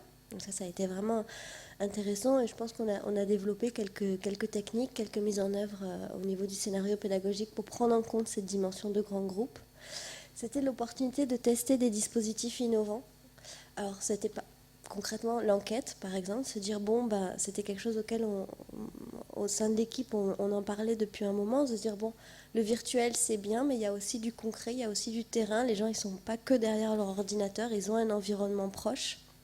Ils s'inscrivent dans une communauté, voilà. Et comment on peut valoriser ça dans de la formation numérique, apporter du réel dans du numérique. Et du coup, pour nous, l'enquête, telle qu'on l'a montée, ça a été une possibilité de rendre ça et une possibilité de tester des dispositifs innovants. Et ça a été permis par le MOOC. Après, les MOOC, c'est pour nous un espace de créativité. Le format MOOC n'est pas figé, n'est pas stabilisé. On peut faire ce qu'on veut dans un MOOC, en fait, en gros.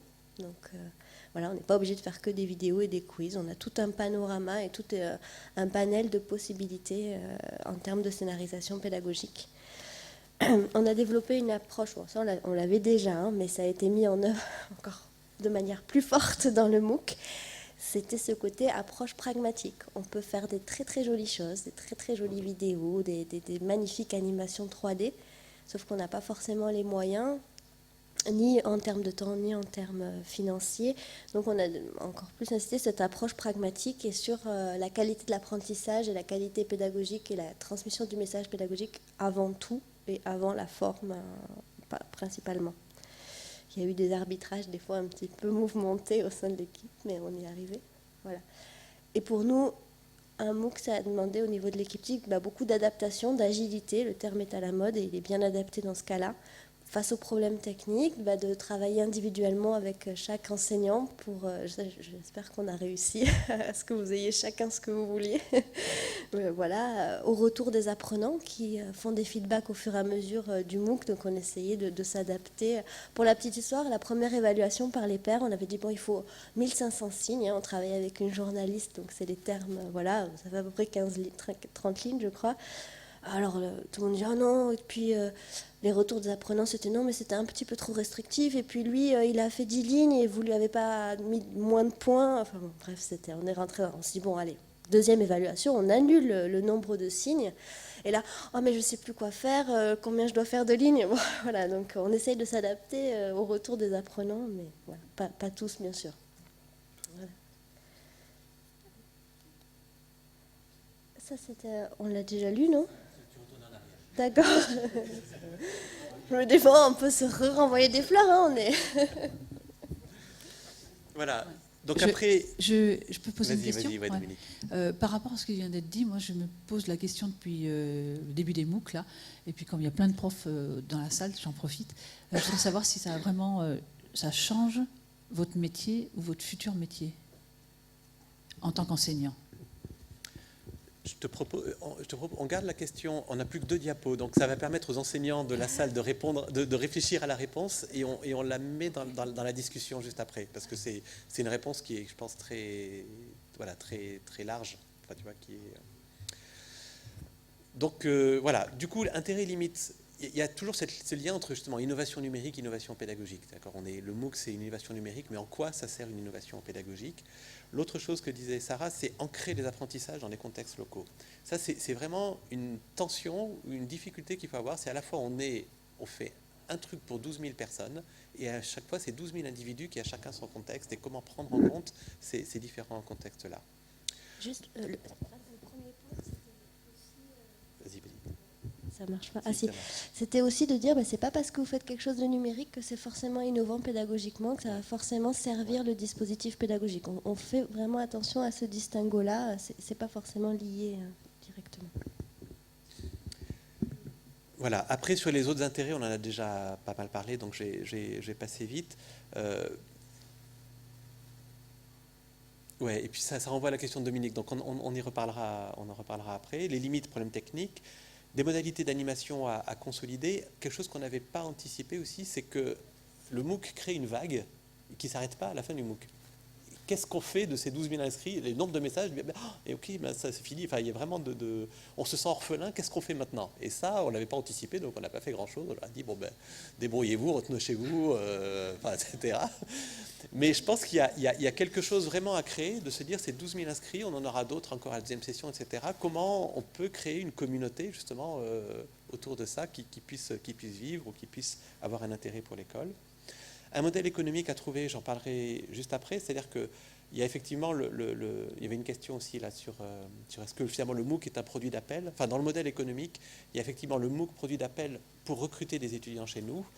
Ça, c'est vrai pour d'autres MOOC. Vous voyez que le MOOC agroécologie n'était pas tellement positionné là-dessus. C'est vraiment un MOOC grand public qui forme à l'agroécologie, qui est un thème à la mode et qui donne à voir finalement, qui fait de la communication aussi pour Supagro sur ce thème-là, qui place Supagro dans ces débats-là. Mais le modèle économique, j'y reviens juste après. Et puis la chronophagie aussi, c'est-à-dire le temps que ça nécessite. Voilà. Parce que combien ça a coûté ce MOOC, in fine ? Alors, c'est toujours un petit peu compliqué. Ce que l'on peut voir, c'est au point de vue sous, au point de vue temps enseignant. Donc il a été financé par le projet PARMI. On estime le projet PARMI, c'était 200 000 euros de budget. Il y a à peu près on estime à peu près 80 000 euros ont servi et financé le MOOC. Donc effectivement, il a pris de l'importance par rapport à l'ensemble du projet, essentiellement sous forme de salaire. Alors, c'est pas que salaire, c'est aussi équipement, etc. pour l'équipe TIS qui ont permis effectivement de faire ces activités-là. Frais de fonctionnement un petit peu. Et puis la version anglaise, qui est plus que de la traduction et qui du coup coûte plus cher, entre guillemets, que simplement le travail de traduction. Donc là, voilà, on estime à peu près 80 000 euros. Sur le temps enseignant, moi, à chaque fois que je passe travailler sur le MOOC, je le mentionnais. Donc ça m'a pris, j'estime, à peu près 50 jours de travail sur la construction de ça. Je te donne la parole juste après, Magali. En tant que contributrice principale, alors là, on a une estimation. Voilà, les auteurs finalement, les enseignants qui ont participé au MOOC, voilà, entre 2 et 6 jours de travail plein, mais à discuter avec vous, parce que peut-être que c'est plus que ça, mais en même temps, je laisse ouvert à la discussion. Tu voulais intervenir, Magali? Ouais. Alors, sur le temps de déroulé du MOOC, c'est-à-dire, durant le MOOC, qu'est-ce qu'on a fait, comment on a été impliqué, pendant que les participants regardaient les ressources, etc. Je pense que la durée de 2 à 6 jours, elle est plutôt vers 6, mais elle est vraie. C'est-à-dire qu'en fait, pendant que le MOOC se déroule, ce temps, il est... Mais il y a... moi, je considère que j'ai passé plutôt 60 jours ou 50 jours à préparer les ressources nécessaires pour ce MOOC. Et je considère que, bon, on en reparlera après par rapport à la question qui avait été posée aussi sur les spécificités, qu'est-ce que ça apporte. La question du MOOC, c'est qu'on met en ligne des choses qui sont visibles par énormément de gens, et du coup, par rapport à un enseignement qu'on réalise en présentiel, où finalement on a des supports et le cours, c'est ce qu'on fait des supports et ce qu'on dit autour de ces supports. Et du coup, il y a une interaction, ça permet d'être parfois moins tatillon sur un mot qu'on utilise, etc. Là, chaque mot compte, chaque choix d'image compte. Et par rapport à l'enjeu, effectivement, d'être à jour des nouveautés, de la recherche, d'adapter au public, etc., ça veut dire qu'au-delà des 50-60 jours de travail pour réaliser les ressources ou les obtenir, parce qu'en pratique, on a des collaborateurs, des contributeurs, bon, tu as appelé principaux ici, mais et on était en situation de mobiliser d'autres personnes, parfois juste pour une image. Ça prend un temps fou de récupérer une image chez quelqu'un d'autre, en fait, on n'y pense pas. Et je pense que ce travail-là qu'on a fait en amont et qui représente bien 10 fois le travail en réalité durant le déroulé du MOOC, on ne le fait pas une fois pour toutes, en fait. Voilà, et là, bon, on est en train de travailler enfin moi en tout cas, je suis déjà engagée sur la version anglaise, qui m'amène à revoir la version française. Il y aura des choses, voilà, à rajouter, etc. Et j'en aurai peut-être pas pour 60 jours cette année, mais pour 30, oui. Enfin, tu vois, 20 ou 30. Et donc, en fait, c'est juste, là, on est en train de montrer 2 à 6 jours écrits là. C'est pas le temps enseignant réel. Et toi, je pense que tu as passé peut-être 50 jours sur la phase effective du MOOC, mais je gage que tu as passé plus de temps que ça dans l'ensemble. Oui. Voilà. Voilà. Et il ne faut pas le cacher derrière. C'est-à-dire qu'après, effectivement, ça nourrit aussi nos enseignements, parce que comme on doit être très synthétique, et on est amené à se remettre des choses au clair dans la tête, à produire certaines ressources que finalement on va pouvoir remobiliser dans les enseignements, parfois tels quels ou parfois en complément, etc. Donc ce qu'on fait pour le MOOC, on ne le fait pas que pour le MOOC. Par contre, le temps qu'on y passe en amont à la production de ressources qui sont beaucoup plus finis et je dirais de qualité supérieure. Ça ne veut pas dire que les cours, enfin moi je fais attention aux cours quand je les prépare, mais là on prépare quelque chose d'encore plus fini, encore plus chiadé, etc., que ce qu'on peut faire sur un cours normal. Voilà.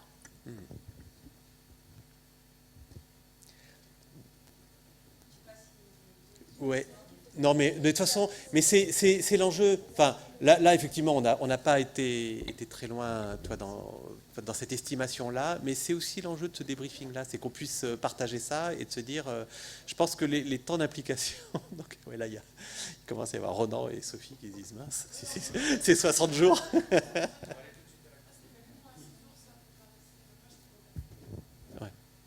Ouais.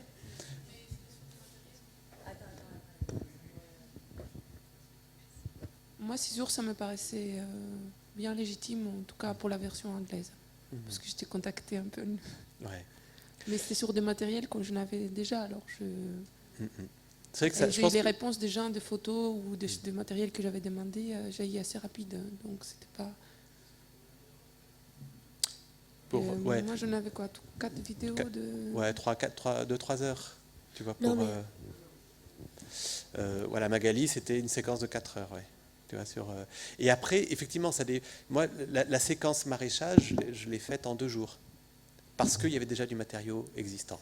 Donc c'est ça aussi qui compte beaucoup. C'est de quoi on parle. D'accord. Et si on a déjà quelque chose qui est... c'était simplement, il y avait beaucoup... Enfin, c'était notamment ce qui a été fait dans le cadre du projet Cohorte avec Eric Malézieux est là. Il y avait déjà beaucoup de matériaux. Il y avait 24 heures de cours qui étaient là. Ma question, c'était de se dire comment j'en fais 1 heure grand public. D'accord. Et donc, on reprend des vidéos, etc. On adapte le contenu. Mais finalement, ça permet finalement de construire assez rapidement ça. Ce que dit Magali, effectivement, c'est autre chose. Et puis, il y avait... Ah ouais. Mhm.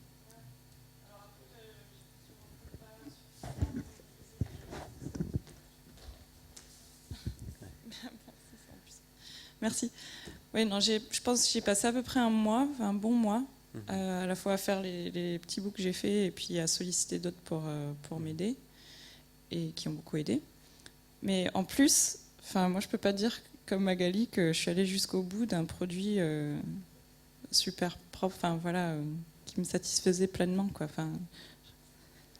Je sais que Sarah regarde en l'air et tout ça. Mince, elle n'est pas satisfaite. Non, mais je veux dire, on a fini un peu dans l'urgence, etc.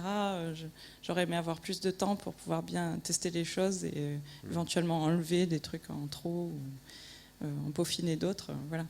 Donc, j'ai l'impression, en plus de ne pas avoir complètement abouti la chose, alors que j'ai passé un bon mois. Ouais. Donc, clairement, plutôt plus de 20 jours que 6, en tout cas. Ouais. Ça, c'est sûr. Ouais. Moi, j'ai pas du tout participé au MOOC, mais j'avais eu un peu la même impression quand on avait fait la première expérience de FOAD pour mettre des contenus pour les Master 1 en auto-formation sur Tisséa. Donc, c'était beaucoup moins scénarisé, etc. Mais j'avais déjà eu cette impression que finalement, on n'est pas si bien armé que ça pour la première fois. Après, je pense que c'est des choses qu'on apprend, etc. Mais pour la première fois, pour mettre de façon un peu figée le contenu de ce que d'habitude on fait à l'oral. En s'appuyant sur des PowerPoint, etc. Mais du coup, est-ce qu'il n'y aurait pas moyen aussi de former les gens qui participent à ces expériences en amont, un peu comme, j'imagine, les échanges que vous avez pu avoir avec la personne qui s'occupait de la rédaction web, qui vous a donné des tips, des conseils pour être plus efficace. Est-ce qu'il n'y aurait pas moyen aussi, pour les enseignants, pour qu'ils perdent moins de temps dans cette phase d'initiation, de leur donner une séquence de formation, peut-être d'une demi-journée, mais pour vraiment bien Je pense que c'est des choses qu'on fait à travers des discussions qu'on peut avoir avec l'équipe TIS, qui nous explique ce que c'est un grain pédagogique, comment on doit redécouper notre connaissance, etc. Mais est-ce qu'il n'y aurait pas moyen de gagner du temps ? Moi, ce que vient de dire Claire, c'est vrai qu'au début, on essaye de faire un truc super bien, donc on perd quand même beaucoup de temps au départ pour lancer la machine. Et puis au fur et à mesure, il y a la deadline qui arrive, et puis à la fin, on fait des gros copier-coller, et puis vas-y, en espérant que ça marche, quoi. Donc je me demandais s'il n'y avait pas moyen, en amont, de former un peu plus les gens pour qu'ils soient plus efficaces. Ouais. Enfin, il peut y avoir ça, mais moi, mon sentiment, c'est que ce qu'il faut, c'est acquérir une compétence collective, en fait. C'est-à-dire que ce qu'on faisait, c'est effectivement chaque séquence, tu vois, on avait un rendez-vous avec les porteurs, Sarah et moi, pour construire le scénario de la séquence. Et je veux dire, tu peux te former à la granularisation, tant que tu l'as pas fait ce qui compte, c'est de le faire sur son matériau et d'apprendre ensemble. Et en gros, il nous fallait 1h30 pour construire le scénario. Tu vois, on l'avait calé là-dessus et on prenait des rendez-vous d'1h30. Tu vois, avec le savoir-faire de Sarah en tant qu'ingénieur pédagogique, moi, mon expérience là en tant qu'enseignant, si tu veux, tu vois, sur d'autres thématiques, et avec les 1, 2, 3 auteurs de la séquence. Et on construisait ensemble. Après, on n'a pas pu faire peut-être un suivi aussi rapproché pendant la construction, parce qu'on était très court en temps et on avait plein de fer au feu en même temps. Mais mais je pense que ça peut plus marcher comme ça. Et puis l'autre aspect, c'est vrai que je comprends bien ton insatisfaction, Claire, mais en même temps, mais je sais à quel point tu es perfectionniste.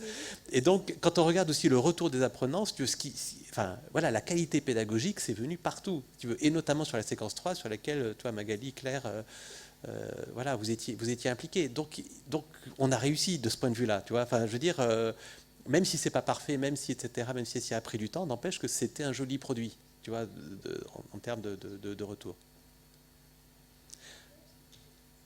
Ça marche pas. Ah si, ça marche. On avait envisagé aussi le rôle de l'éditrice web et c'est pour ça qu'on avait recruté une journaliste qui pourrait faire la médiation vraiment entre les savoirs et les PowerPoint et tous les documents de cours que vous aviez.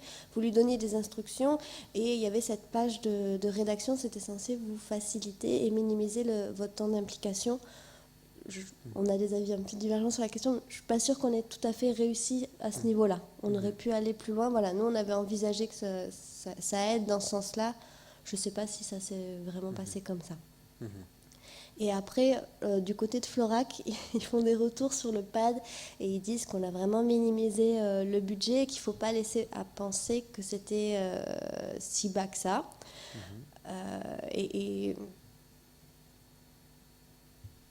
Voilà, donc ça coûte plus cher que 50 000 euros. Voilà, c'est écrit avec gros.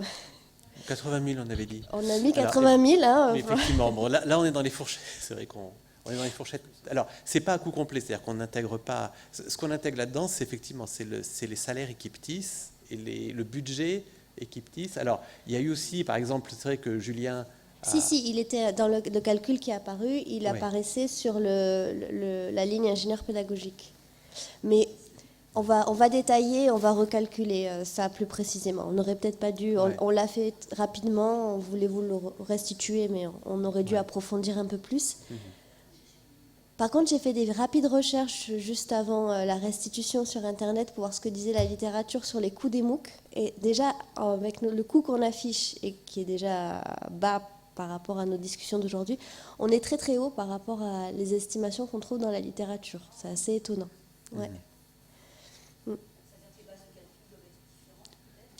Peut-être qu'ils ne sont pas en coût complet. Nous, on a pris, on a pris les taux salaires qu'on trouvait qu'on dépose dans les projets. Enfin voilà, faudrait recalculer ça précisément. Je pense avec le partenariat aussi avec Christelle. Ouais. Je pense que voilà, la question c'est le coût complet en fait. C'est-à-dire que 80 000, je pense que c'est une base. Enfin, c'est ce qui est comparable avec les coûts littérature en fait. C'est-à-dire quels sont les besoins supplémentaires et les compétences et le prix, etc. pour pouvoir faire un MOOC, mais on compte pas le temps enseignant dans ces coûts des MOOC. Ils comptaient entre 600 heures et genre 1800 heures. Pour eux, c'était un MOOC bien doté entre guillemets. Mais nous, si on met au prorata des chiffres qu'on a apparus et même pas corrigés par rapport aux chiffres enseignants, on était déjà à 2800 heures. Donc, c'est vrai que ça pose des questions là, sur les bases de calcul utilisées dans les différents référents. Ronan, et puis Aurélie d'abord, tu avais levé la main avant. Oui, je voulais apporter ma contribution au témoignage sur le temps de préparation du MOOC et insister sur l'importance de la scénarisation, parce que vous disiez que c'était très libre, très créatif, il y avait une ambition un peu générale derrière les contenus, et après quand on traduit ça en support pédagogique précisément, on peut faire tout un tas de choses. Et moi, pour ma part, j'ai trouvé que la scénarisation, le tableau avec les différentes étapes dont on avait parlé bien en amont, ça m'avait beaucoup aidé. Alors après, je reprends une expression de Sarah sur le pragmatisme dont il faut faire preuve. Effectivement, le temps alloué à la préparation, en ce qui me concerne, n'était sans doute pas assez élevé pour arriver à quelque chose de très fin, très abouti. On était dans l'urgence, on a proposé quelque chose qui était cohérent avec ce qui était attendu. Il y a des supports existants et je voulais saluer la grande souplesse de l'équipe TIS qu'on a en face, c'est-à-dire qui accepte les choses un peu pas très très bien présentées, qui s'en accommode et puis qui en fait quelque chose qui a l'air d'être bien présenté finalement. Et donc cette façon de fonctionner avec un cadrage initial, une grande liberté après, quelquefois on se sentait un peu seul, mais après on revient et il y a un retour, j'ai trouvé ça très appréciable. Et puis je voulais aussi, puisque j'ai le micro, rebondir sur la remarque de Dominique concernant le métier d'enseignant. Moi, ce que je trouve perturbant, c'est qu'il n'y a pas le contact avec les étudiants. Donc, je suis allée sur le forum pour répondre à 2-3 questions qui concernaient ma mise en situation. Mais bon, quand même, on est loin, quand même, on n'est pas sûr qu'ils aient bien compris. Voilà, donc ça change fondamentalement l'enseignement par la distance qu'il y a entre les apprenants et les gens qui construisent les supports. Voilà. Et si je dois me prononcer sur le 2 à 6, allez, moi je dis 10, mais pas beaucoup plus en ce qui me concerne. Peut-être du fait des supports existants. Voilà.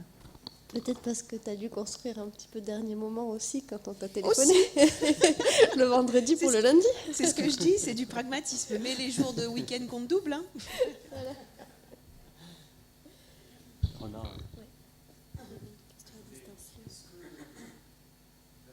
Bon, je sais pas, assez. Je voulais savoir finalement quel bilan vous tirez des phases d'enquête dont si j'ai bien compris, finalement, il y a eu assez peu de dépôts d'enquête réalisés. Vous le maintenez quand même pour la saison prochaine. Pourquoi ?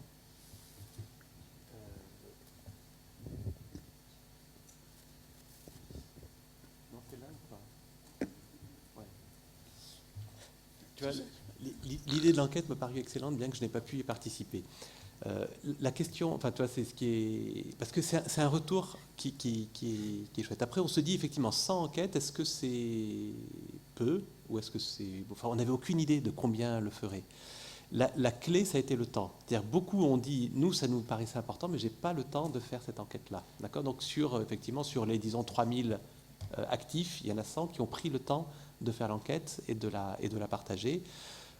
En même temps, tu sais, en séquence 4, quand sont arrivées les 100 enquêtes, tu vois, et que les gens allaient voir, c'est énorme, 100 enquêtes à aller visiter.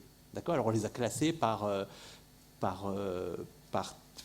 thème, par zone géographique, etc. Et derrière chaque enquête, il y avait un petit endroit où ils pouvaient rajouter un commentaire, des questions. C'est-à-dire qu'il y avait, on pouvait, et il y a eu un forum par enquête en fait. C'est-à-dire que celui qui avait posté l'enquête, ben, il y avait des gens qui disaient mais moi je trouve ça vachement intéressant. Est-ce que tu n'as pas pensé à ça ? Tiens, tu pourrais faire le lien avec ça. Et puis ils répondaient. Et sur chaque enquête, il y avait quelque chose qui se créait là-dessus. Et du coup, in fine, toi, je me dis, ça enquête, c'est bien. Enfin, tu vois, il n'y a pas besoin de plus qu'un petit groupe, comme tu vois, qu'une toute petite partie des personnes ait envie de faire ça et le livre à la communauté. Il y a quelque chose qui s'est créé à travers les enquêtes qu'on n'aurait jamais pu avoir. Puis on a fait, tu vois, une carte mondiale aussi des enquêtes, tu vois, de se dire, ben voilà, où est-ce qu'elles ont été construites, etc. Et donc on peut cliquer. Et puis l'autre intérêt aussi, c'est que ça capitalise de la ressource qu'on pourra utiliser aussi en dehors du MOOC. C'est-à-dire dans le cadre du parcours agroécologie, là on a 100 enquêtes. Si à chaque session du MOOC, on a 100 enquêtes qui arrivent de 4 coins du monde sur un cadre qu'on a pré-formaté, si tu veux, bah, ça fait un matériau pédagogique qui me semble très, très intéressant. Ouais, du coup, l'idée c'est de le garder. Alors, tu peux juste il y a une question de Myriam qui demande c'est quoi qui a motivé les enseignants de s'impliquer dans la construction d'un MOOC, quelle a été leur première étape pour se lancer, la visibilité de la nouvelle expérience, est-ce que c'est pour acquérir une nouvelle compétence, toucher d'autres publics, et quelles ont été les retombées du MOOC s'il y en a.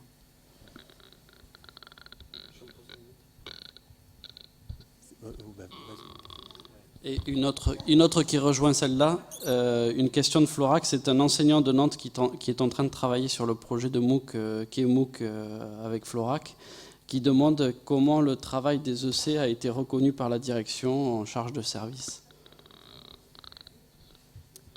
Donc voilà, ça renvoie au... J'ai pas présenté la dernière diapo là. Ouais, alors, je te laisse présenter ça. Voilà, ça c'est les lieux des enquêtes en fait.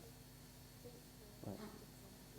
Pour illustrer que c'était quand même assez riche et une belle vie. Voilà. Et on construit. L'intérêt aussi, c'est de se construire comme ça une base de données, parce que entre les enquêtes, les contenus des forums, je veux dire, il y a de quoi. Il y a certains forums qui sont jolis, quoi. Enfin, moi, j'ai déjà repris des discussions parce qu'on donne ça en pâture, j'allais dire, à nos étudiants. Il y a de quoi discuter sur les différentes visions de l'agroécologie. Est-ce que cette expérience-là, qu'est-ce que vous en pensez ? Cette position, cette controverse, enfin voilà, on construit comme ça quelque chose d'intéressant. Et alors, sur la dernière oui, voilà, les points de vigilance, et peut-être qu'il faudra rajouter ça. Bon, il y a la question de la communication institutionnelle. C'est quelque chose, effectivement, qu'on n'avait sans doute pas suffisamment anticipé au niveau globalement Supagro. C'est-à-dire que le MOOC, ça met très fortement en visibilité. Et donc, il faut absolument qu'au niveau de l'institution, on maîtrise la communication institutionnelle. En plus, c'est arrivé au moment, effectivement, où Agrinium lançait également. Et donc, c'est accaparé, d'une certaine manière, le MOOC agroécologie qui devenait le MOOC Agrinium dans les communiqués. Donc là, il y a eu des ajustements à faire. Et la direction a effectivement pas mal est montée au créneau là-dessus. La question des droits d'auteur, donc ça, pour laquelle on est derrière le Creative Commons, on se dit c'est bon, on peut, etc. Voilà, là on est en train de réfléchir là aussi avec Caroline, notamment Caroline Cléné qui est en charge de ça, pour vraiment avoir des cadres juridiques qui soient les plus opérationnels possibles. C'est-à-dire que là on a beaucoup avancé sur les cadres pédagogiques, comment avancer, etc. Il faut aussi qu'on ait un arsenal de cadres opérationnels juridiques qui nous permettent d'avancer là-dessus. La gouvernance, je pense qu'il y a un point clé, c'est de veiller à la cohérence globale. Donc là, c'est vrai que ça s'est fait. On a eu une gouvernance très centralisée finalement entre Sarah et moi, où on essayait. Enfin, je ne pense pas que les enseignants du MOOC avaient une vision globale du MOOC. Ce qui est une autre, alors aussi parce qu'on était en temps contraint. Je pense que si on a plus de temps, c'est possible de faire ça. Là, on n'avait pas la possibilité pour chaque enseignant déjà avec les 30 jours qu'il avait sur sa séquence, de passer 10 jours à regarder ce que faisaient les autres, et puis pour être sûr qu'il n'y ait pas de...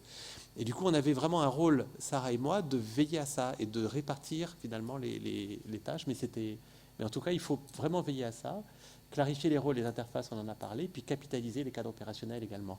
Sur Intermooc, tu veux en dire? Oui, tu peux dire c'est un wiki de Supagro. Voilà, parce que là aussi, il y a un wiki de Supagro, justement, dont l'objectif, mis en place par Florac, dont l'objectif est d'avoir un lieu de capitalisation de ça. Je pense que ça va être vraiment, vraiment important de pouvoir partager, parce que il faut bien voir qu'on est en train aussi d'acquérir une compétence institutionnelle au niveau de Supagro à travers ça, et il faut pouvoir capitaliser de toutes les expériences qu'on va avoir pour que les nouvelles prennent de moins en moins de temps et permettent d'éviter les choses trappes. L'autre chose, sur l'état d'esprit du MOOC, je pense que c'est quelque chose qui est clé, parce que je disais à un moment, souvent, moi je trouve les forums très, très superficiels quand on regarde sur Internet et très agressifs. Et c'est quelque chose qu'on n'a pas du tout vu dans les forums du MOOC et dont j'avais peur finalement. Je veux dire, bon, ils vont s'écharper sur qu'est-ce que l'agroécologie, parce qu'on sait bien qu'il va y avoir plein de visions différentes. Et je pense que quelque chose qui est revenu, et là j'ai mis aussi une petite citation, sur le sentiment des participants de cet état d'esprit de l'équipe, où c'est vrai qu'on même les lives, c'était sympa, on rigolait ensemble. Voilà, il y avait une communauté enseignante, et les enseignants de Supagro également, ceux qui étaient à l'extérieur. Je pense qu'on a vraiment fait une communauté où on était soudés, où on faisait quelque chose ensemble et où on avait plaisir à travailler ensemble. Alors, c'était aussi structuré par le projet Parmi, par le projet de parcours agroécologie, donc on se connaissait, on savait qu'on allait travailler ensemble, donc il y avait quelque chose qui était autour de ça, mais il y a vraiment je mesure finalement l'intérêt qu'il y a eu à avoir cet état d'esprit dans la ressource qu'on a construite. À la question, ouais. La question des référentiels, elle est absolument essentielle, parce que de toute façon, déjà, pour les personnes qui sont déjà impliquées, et puis si on veut que ça devienne quelque chose de plus développé, alors je ne parle pas que des MOOC, je parle aussi à la fois du numérique d'une part, mais encore une fois, de quoi parle-t-on, hein? J'ai bien compris que mettre des vidéos, c'est pas le même effort que tous les textes. Enfin, la présentation, elle est très, très claire là-dessus. Et puis toutes les innovations pédagogiques qui demandent du temps aussi. Donc il y a vraiment une réflexion globale à avoir là-dessus. C'est clair qu'à l'heure actuelle, il n'y a pas de rentabilisation monétaire en heure équivalent TD officielle dans les référentiels sur cette question-là. Certains enseignants-chercheurs l'indiquent déjà dans le réalisé pédagogique. Je pense qu'il faut qu'on retravaille. C'est dommage qu'Odile soit partie. Il faut que vous me fassiez penser à le lui dire. Que vraiment, quand on va retravailler sur la grille des réalisés, ça apparaisse en toute ligne. Au moins une évaluation par chacun du temps qu'il y a consacré. Parce que ce que je retire aussi du petit débat de tout à l'heure, c'est que selon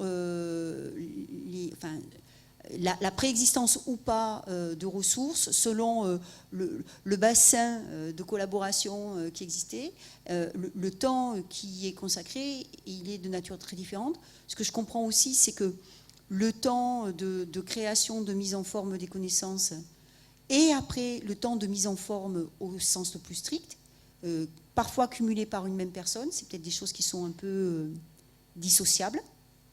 En tout cas, ce sont des questions que je me pose après avoir entendu tout ça. Et je pense qu'il va falloir vraiment qu'on avance sur cet objet. Alors, dans le cas du groupe sur stratégie numérique, il y a un chantier qui a été ouvert. Il va falloir qu'on ait ces retours, parce que vous savez que sur l'école, on va entreprendre après un chantier on va revisiter le référentiel horaire. C'est une obligation, hein, puisque dedans, il y a des choses un peu ce référentiel horaire qu'on a au niveau de l'établissement, il est fondé sur des textes réglementaires de 2010, mais il a été adapté à la sauce de l'établissement en 2011-2012. Et on sait qu'actuellement, il y a un certain nombre de pratiques qui se sont développées qui n'existaient pas à ce moment-là. Mais ça voudra dire aussi, quand on va retravailler sur ce référentiel, qu'il y a forcément des choses qui vont un peu disparaître aussi. Donc il va y avoir des choix à faire et on tombe dans quelque chose d'un peu complexe. Donc la première chose à faire, à mon avis, c'est déjà avoir une réflexion sur la base du MOOC, mais de ce MOOC-là, mais pas uniquement, parce que j'entends bien aussi après votre discours que d'un MOOC à l'autre, il peut y avoir des spécificités différentes, pour avoir une réflexion un peu globale et la croiser pour arriver à avoir un référentiel qui soit un peu cohérent, quoi. Parce que autrement, on peut partir. La difficulté d'un texte de cette nature, c'est qu'il fige les choses, y compris quand elles évoluent dans le temps. Et bon, donc il faut s'assurer qu'on est un peu raisonnable dans la façon d'évaluer l'investissement des uns des autres. N'oublions pas non plus qu'il y a la montée de l'apprentissage, le tutorat de l'apprentissage, sont d'autres types d'activités qu'il faut absolument qu'on inclue dans le référentiel, alors que pour l'instant, ils n'y sont pas. Peut-être juste avant de te donner la parole, Magali, parce que Marie-Laure évoquait effectivement le groupe Stratégie numérique pour la formation, donc, qui a été créé au niveau de Supagro, donc qu'animent Lydie Guilioni et puis Sarah Clerquin et que je préside. Et dans ce groupe, il y a un représentant de chaque département et de chaque institut de Supagro. Et effectivement, un des 4 axes de travail qu'on s'est donné pour cette année, c'est de pouvoir donner un cadre pour pouvoir faire une déclaration des heures équivalentes aidées par rapport aux activités numériques. Parce que pour l'instant, ça existe dans la grille des réalisés pédagogiques, mais c'est extrêmement lâche. C'est 3 à 15 heures par heure de cours formés. Donc il n'y a pas de cadre qui soit vraiment défini. Donc là, à la dernière réunion du comité de pilotage, on a proposé un premier cadre qui va être discuté au sein de l'école, sur la base notamment de ce qui se faisait à AgroParisTech et puis à AgroSup Dijon, où c'est les écoles où c'est le mieux formalisé dans les réalisés pédagogiques. Et donc, voilà, de proposer ça. Donc, c'est quelque chose qui va être discuté. L'idée, c'est qu'effectivement, pour la prochaine... en fait, de donner... La grille, elle existe déjà. Enfin, il y a déjà une feuille réalisée e-learning, etc. Mais de donner des guides pour permettre aux enseignants de faire les déclarations. Parce qu'effectivement, là, cette année, je crois qu'il y a une dizaine d'enseignants qui ont fait des déclarations d'heures pédagogiques, mais souvent de quelques heures, qui sous-estiment beaucoup l'investissement qui a été fait. Donc il faut pouvoir vraiment donner un cadre à ça. Donc il sera après intégré dans la discussion plus globale qu'évoquait Marie-Laure sur la grille des réalisés pédagogiques en intégrant toutes les nouvelles activités. Sachant qu'on peut déjà faire des correctifs à la marge, ce qui avait été fait cette année, hein. Notamment, merci. Il y a des enseignants, c'était pas pour le numérique, mais de mémoire, ce sont des enseignants qui étaient très engagés dans l'accompagnement des apprentis, notamment des contrats pro, pour lesquels il n'y avait pas eu d'indication dans le référentiel. Et il y a déjà eu une réflexion, alors j'allais dire un peu officieuse, parce que ça n'avait pas été validé par le CA.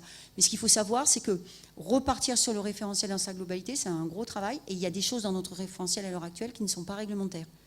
Il faut aussi le savoir. Donc ça veut dire qu'on va rajouter des choses, mais on va aussi être obligé de revoir certains éléments qui sont hors du contexte.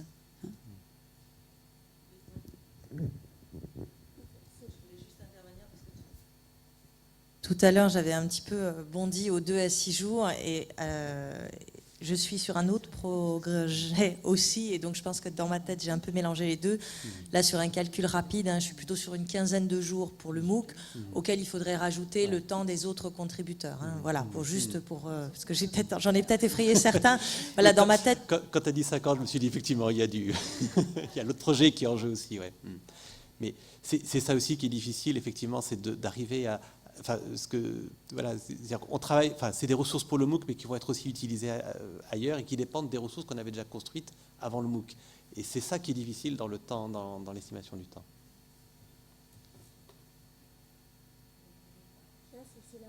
C'est là-haut. Je décale un peu le sujet là. Je parle pas de. C'est très intéressant. Moi, j'apprends beaucoup. Faut changer quoi? Ce qui m'intéresse aussi, c'est que là, on parle beaucoup. Pourquoi il veut pas, Okay.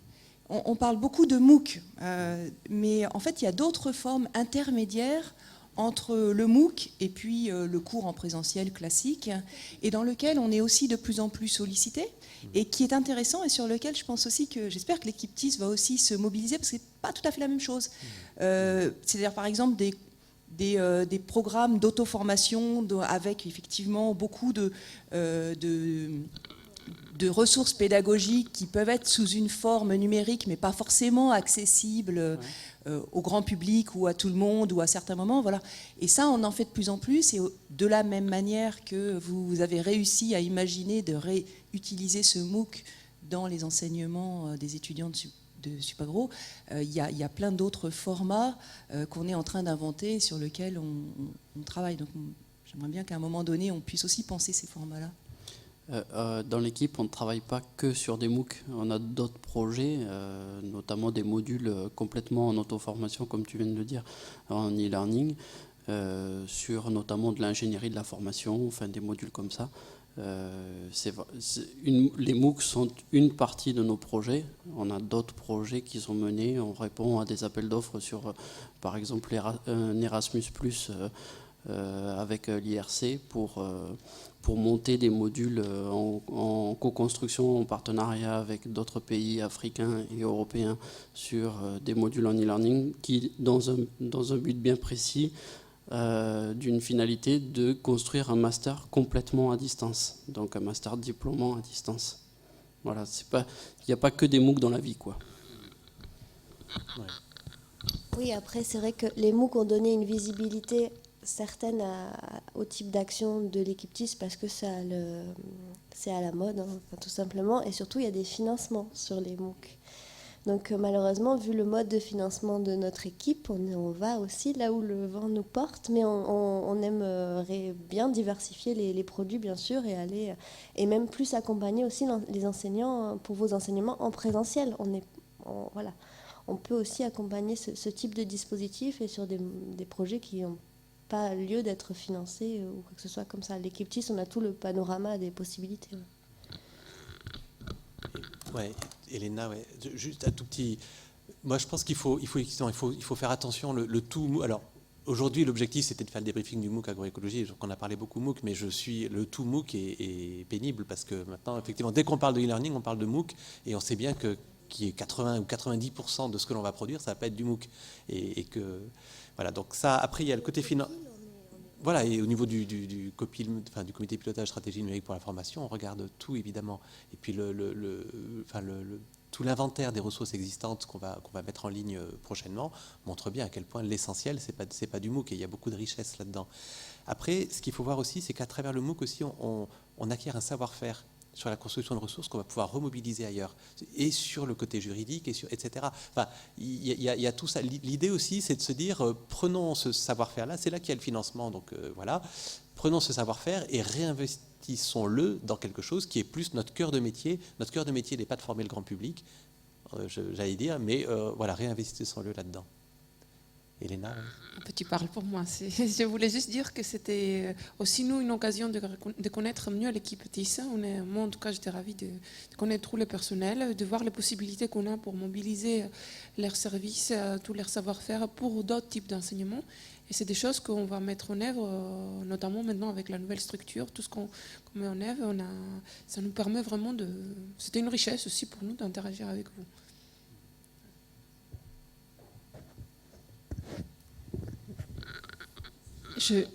J'interviens aussi par rapport au financement. Tout à l'heure, sur la déclinaison dont vous parliez par rapport à Erasmus et tout ça, il y a aussi une déclinaison qui est envisageable par rapport à toute la ressource mise en œuvre grâce au MOOC. Il y a la possibilité de prendre des séquences, d'en faire des SPOC, donc des Small Private Open Courses, et de pouvoir les vendre en formation continue. Donc c'était aussi un projet qui était envisageable à partir des ressources déjà mises en place dans les MOOC.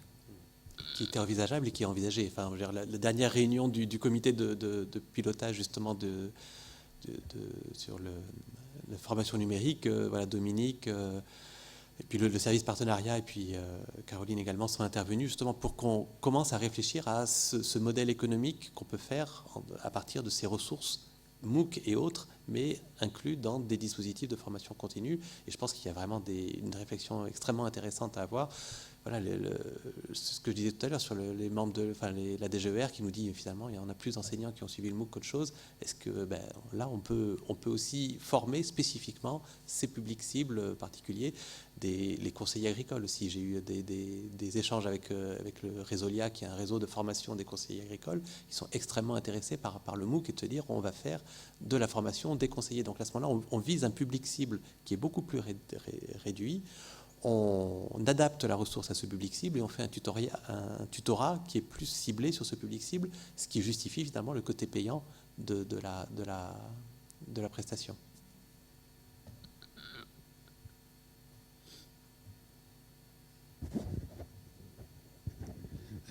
Juste une remarque par rapport à la langue anglaise. Bon, puisque le MOOC Vigne-Vin, nous, la réflexion a été plutôt de partir sur directement un MOOC en anglais. Et puis, on commence donc là juste la réflexion, mais on s'aperçoit que la totalité en anglais, il y a peut-être des phases où ça risque d'être un peu compliqué pour certains participants, en particulier quand tu parles d'animation des lives. Même si c'est un live en anglais, certains enseignants chez nous ne sont pas complètement à l'aise, ne sont pas très favorables. Donc, je veux dire, on a un petit peu de mal à voir comment assurer la totalité, je veux dire, du chemin en anglais. On s'interroge à voir si simplement sous-titrer, ça ne pourrait pas éventuellement, pour partie, largement se substituer à une version anglaise.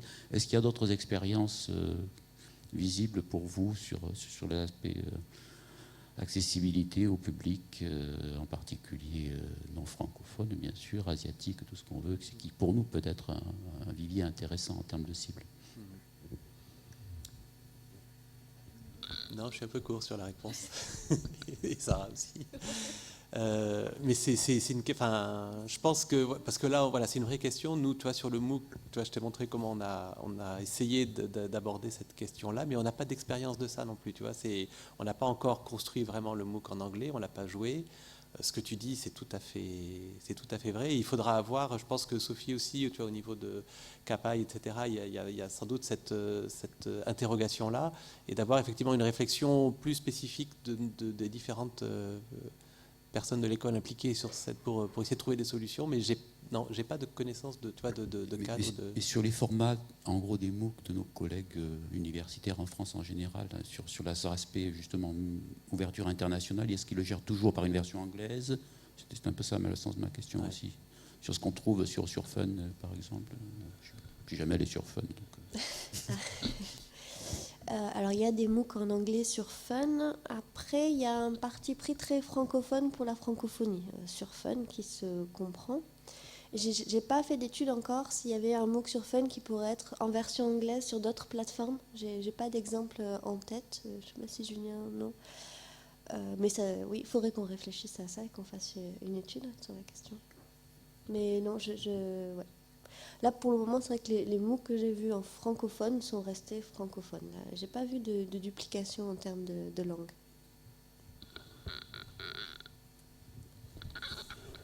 Juste un petit élément, j'ai vu sur les derniers MOOC qui viennent de sortir là, sur la plateforme, qu'il y avait, c'est via leur teaser, hein, donc je ne sais pas comment ça se passe concrètement dans leur contenu, mais ils avaient un affichage comme quoi ils étaient certifiés français-anglais dans leur MOOC. Donc à voir comment ils sont construits après dans le parcours pédagogique, quoi.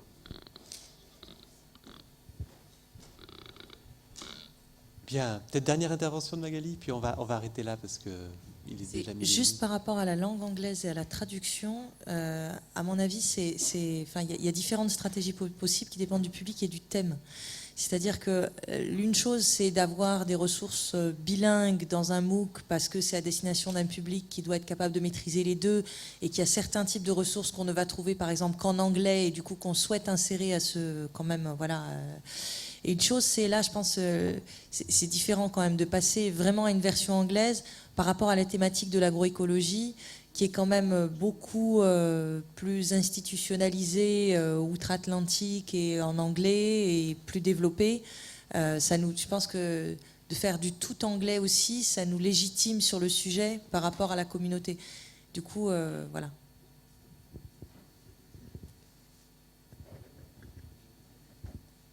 Juste tant que j'ai le micro, il y avait une question tout à l'heure, je ne sais pas si on y a répondu. Myriam, c'était ça sur pourquoi les enseignants... Enfin, je ne sais pas, je vais répondre en ce qui me concerne. Déjà, je trouve que Stéphane est très persuasif et il est très fort, quoi. Et sinon, la deuxième chose qui m'a plu, en fait, c'était vraiment qu'il y avait déjà une idée, un projet de comment... voilà, de scénario pour ce MOOC et que ça m'a plu. En fait, je me suis dit, waouh, pédagogiquement, ça a l'air hyper intéressant. J'ai envie de participer à ça pour voir, pour apprendre des choses et voir comment ça marche. Et voilà. En fait, c'était ça. Parce qu'au départ, j'étais assez sceptique quand j'ai vu apparaître le MOOC dans le projet Parmi. Je me suis dit, oulala.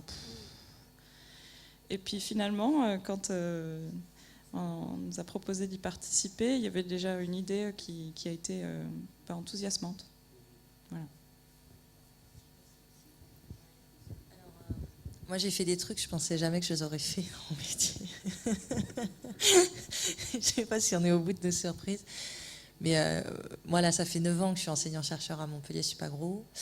Et c'est vrai, je trouve que le MOOC, du fait que les méthodes pédagogiques étaient tellement différentes, alors certes, c'est un gros effort de projection du temps, etc. Bon, en plus, dans le cas de l'élevage, il y avait beaucoup moins de ressources disponibles, donc il a fallu beaucoup construire. Mais je trouve que ça donne vraiment un bol d'air par rapport aux méthodes pédagogiques qu'on utilise. Ça fait prendre du recul sur ce qu'on fait, sur ce qu'on dit. Et moi, je suis pas sur les réseaux sociaux. Je suis pas très... mais du coup, en même temps, ce qui a été dit déjà du lien avec l'équipe TIS, de se mettre dans le bain d'un autre mode de communication et d'autres formes pédagogiques, c'est très stimulant par rapport au métier. De toute façon, on est réembauché, donc là, ça y est. Moi, j'avais trouvé ça très intéressant de discuter avec Anne First. Maintenant, je discute tous les lundis soirs à 9h sur Skype avec Laetitia.